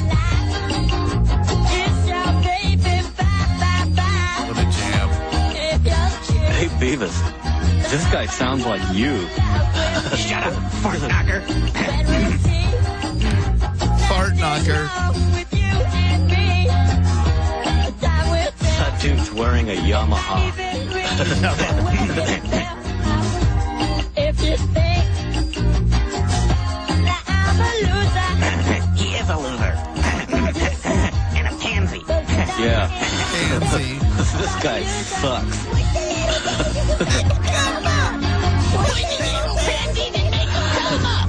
Just the simplicity of it all. It took me back to the days where we did not have MTV in my house simply because I was obsessed with Beavis and Butthead, and my parents would not let that stand. I had to sneak out to my neighbor's house late at night to go watch Beavis and Butthead because we were a MTV-free family for probably like 3 years of my life. You know, they used pansy and fart knocker. You know what nobody ever uses anymore? Limp wrist. Oh, I don't even think I never heard that. Yeah, Oh, that's I get it. Honestly, yeah. Dude, Diz, you need to start throwing that into your nomenclature. Yeah, that's right up your alley. That's what Diz calls us when we're not around. Limp wrists. Or when we're around. Either way. Yeah, that's true. This is an insane story. It is a tragic story, and with a now new element of just something that probably so many damn high schoolers have done in their life, or anybody. You TP someone's house, you egg somebody's house, you go out and you do a good old-fashioned prank, and you never expect it to end tragically. This morning, a Gainesville, Georgia community is mourning the tragic death of a beloved teacher after a high school prank gone wrong. Police say 5 teenagers went to Jason Hughes' house around 11:30 Friday night to throw toilet paper at his trees. According to the sheriff's office, when Hughes, a math teacher at North Hall High School, came outside, the students, all 18 years old, tried to flee in 2 vehicles. Authorities say Hughes tripped and fell into the roadway, and one of the drivers, Jaden Wallace, ran him over. Police say Wallace and his friends, seen here in mugshots obtained by ABC affiliate WSB, tried to render aid to the teacher, but the 40-year-old later died at the hospital. He was a great guy, God-fearing man. He would do anything. He'd take the shirt off his back and give it to you. Wallace is now charged with first-degree vehicular homicide and reckless driving and could serve up to 15 years behind bars. Oof. Police have charged all 5 teenagers with criminal trespassing and littering on private property. That the family wants to make really clear is that they knew these kids, that they loved them, and these kids loved the Hugheses. This was not a malicious act. The Hughes family telling our team, Jason knew these students were coming to his house and was excited to catch them during the prank. His family says this was a tragic accident and they fully support dropping the criminal charges against all the teenagers. And the victim's wife, Laura, is also a teacher at the same high school. In a statement to ABC News, the family says, quote, "We are thankful for the outpouring of prayers and support as we grieve the loss of Jason. We ask that you continue to pray for our family and also for the students involved in the accident along with their families. Please join us in extending grace and mercy to them as Christ has done for us." Crazy.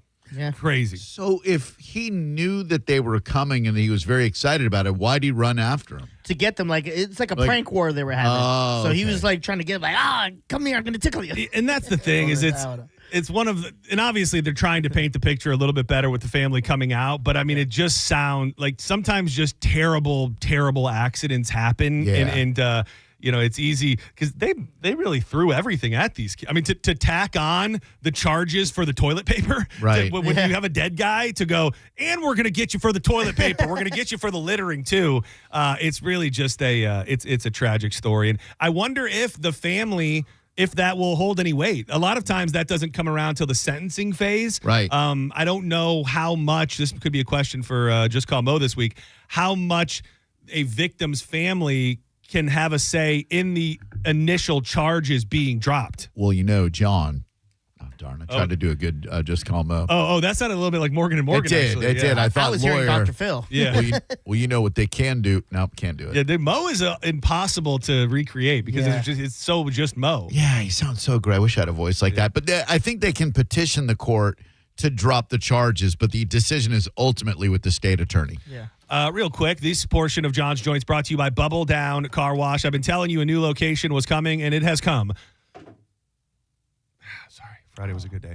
It has come to Southdale, Mabry, those long wash tunnels, spacious vacuums, and the amazing staff that's always there to take care of every little detail with the unlimited membership plan, which allows you to go through as many times as you need. The pollen is absolutely insane right now around here, so you can get your car cleaned today, and the next thing you know, it's got a yellow coating on it. Go back through with the locations in Tampa, Brandon, Riverview, Wesley Chapel, Palm Harbor, Spring Hill, and now another in Tampa on Southdale, Mabry. Get in there today, and you will have the cleanest car in town every time you bull down.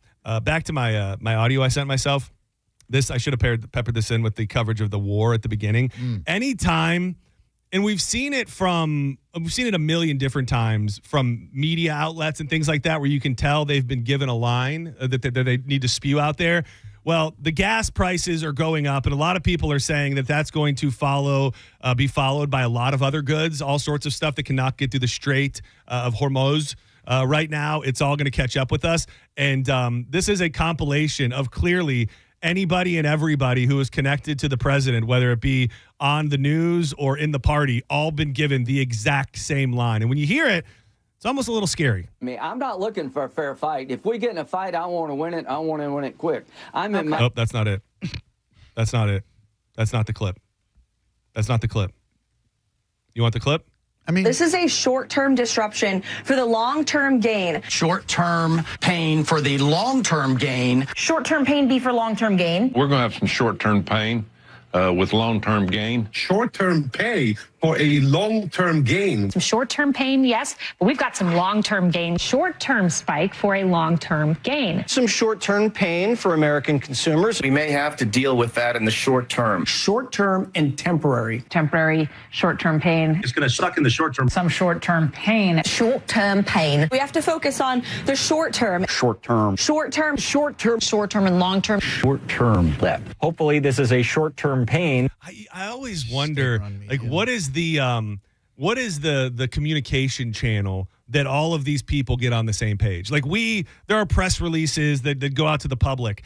Are these private text messages? Do you think there's a Slack channel or a WhatsApp where certain media figures all get the same messaging? And not that it really matters. I don't know that stuff like this trickles down to the average person, but do you not realize that you're just going to have all of these talking heads saying the same exact thing, and it becomes just a joke because you can tell they're all being coached? I think if it's a national media company, they probably send out an email. You are to refer to this as a short-term pain for a long-term gain. But with individual podcasters, I don't know how you all get the message. Yeah, it seems like there is some sort of communication line from the White House where they're like, here's what we'd like you to focus on. Here's the phrase we would like you to say. Because I don't think there's any chance in hell it's a coincidence that all these people and personalities across all channels and platforms all are saying the same exact thing. So the short-term pain is $3.50 per gallon at least. What's the long-term gain? Peace. Oh, in the Middle East, Yeah. I guess. All right. Makes sense to me. I mean, I've seen people say that once we take Iran fully, but I thought this was happening with Venezuela, because remember when we took Venezuela and changed their leader, that it was, well, we have all their oil now. Well, I don't know where the hell all that oil went. And I've also learned I don't even think that oil is coming here. Like the way that they mess with the numbers, like it doesn't really have anything to do with that's where we get it from. That's just the market, the instability of the market as a whole. So I don't know. Will there be $1 a gallon gas one day? Probably not. No. But let's hope that could be the long-term gain. Have you had 99-cent gas in your lifetime? Either of you? No way. That was cool. Yeah, I'm trying to think. Average, let's see what the average gas price was in 86, Early 90s? 85, 86. It was like, it was at 99 cents per gallon. $10 just to fill up the Samurai. So in 2003, that's when I got my license. The average gas price was $1.60 to $1.64. Still not bad. What year did you start driving? 85. And I want to say it was 99 cent. Oh, damn. Less than that. 75 cents. Jesus Christ. 75 and it jumped. Or no, I'm sorry. It was 85 cents in December and it went up to 75 cents in January. Sheet. That's it. That's down. Oh yeah, sorry. It jumped down. it jumped in reverse. Dude, that's insane. I know. It's great. Like, is there that much less of it, or are people just making that much more money? Both, but more the second than the first. And I guarantee you gas stations right now are taking, I don't want to call it gouging, but it is. There's a little bit of that. Yeah. There's a guy I started following. He's essentially the main research guy behind Gas Buddy. So he's like a petroleum expert, and I happened upon him because he was like, I'm never going to give you anything political. I'm going to tell you exactly what's going on in the petroleum market, exactly, just delivering facts. So I started following him, and I don't know if you saw any of it, but the gasoline or the petroleum per barrel went up to like $120 last night, which is completely astronomical. People thought this week we were undeniably headed towards $5 a gallon gas. And then in the middle of the night, NATO came out and signed some sort of agreement that they said they were going to give the United States and other places all of these reserve barrels, and it just totally tanked the price in a good way. Oh. So it didn't really affect the markets as negatively as everybody thought it would today. So it's just a big game. Everybody's just playing games with our life and our money and our well-being and our hearts. We're all that's all we can do. Stop playing games. A substitute teacher in California has been accused of giving 3 elementary school students cannabis gummies during an after-school program last year to celebrate a birthday. Hell yeah, let's party. A civil complaint filed in Los Angeles County Superior Court last month and obtained by People magazine alleges that Felicia Boyd, who's 59, who was employed by the Sierra Elementary School, gave 3 brothers. I don't know if that's brothers or brothers. Ages 8 to 11. Oh, it is brothers. It is brothers. What are Because she their said, names? I thought those people liked this stuff. 8 to 11, cannabis-laced candy while supervising the kids at the after-school program, April 3rd, 2025. The boy's guardian claims in the complaint that Boyd gave the children gummies to celebrate the youngest brother's 8th birthday. According to the court document, the kids identified as AV, JV, and SV became lethargic and ill after consuming the gummies and were taken to the emergency room for poisoning treatment. The boys, through their guardian, are suing Boyd, the school, and the school district for negligence, negligent hiring, supervision, training, and retention, as well as battery. The boy's aunt said that she was the person who took them to the hospital that day. My dad picked them up from school, and when he picked them up, one of my nephews was already not feeling good, and she recalled, I asked them, what's going on? And my nephew said, I can't feel my body. My first question was, what did you eat? They were all scared. It was some sort of gummies that the teacher had given them. Did she know she was giving them weed gummies? They doesn't say in the article. Huh. Boyd possessed and controlled substance on a school premises, administered cannabis-laced candy. According to Daily Mail, Boyd gave the 3 boys exotic dragon fruit-flavored nano gummies, which come in a bag containing pieces of candy with a 20 milligram of THC logo on the outside of it. Jeez. So I wonder if it's kind of like the ones you would get from the dispenser that come in the I thing, would think so. I mean, or if it's the ones that, like JP had mentioned, that like they look like the real thing. It looks like Sour Patch Kids. Oh yeah, the knockoffs. But they're called something else. Yeah, I don't know. The fact that that has the nano gummies, like that's a term that they use a lot at the dispensaries, and I think that normally means there's a quicker kick in, kind of. So, and they have a picture here that would be what that's what I thought, right? Yeah. So I'm not exactly sure, but you can't give an 8-year-old over 5 milligrams. Yes. I think she's not wasting her. Who waste their weed gummies on kids? And for what? Yeah. Yeah, what's your payoff? Yeah, they're just like, I'm going to get these kids high. I can't send them to the hospital. It's an after-school program, so they're going home. It's not like you get to see this through the whole day and watch how it unfolds. Be entertained by the whole deal. And like a kid's not going to tell their parent, like, hey, why are you sweating so much and lethargic? I got gummied. I can't feel my body.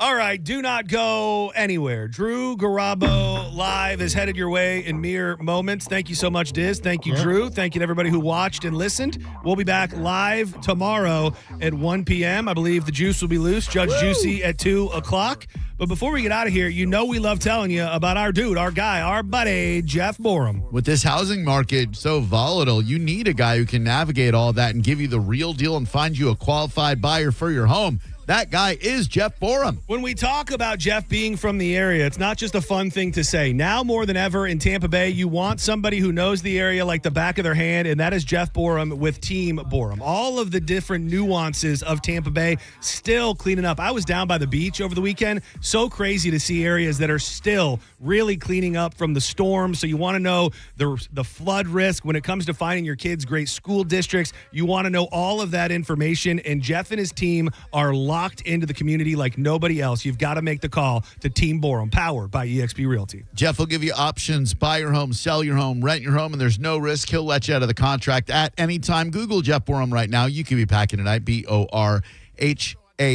for Team Borum.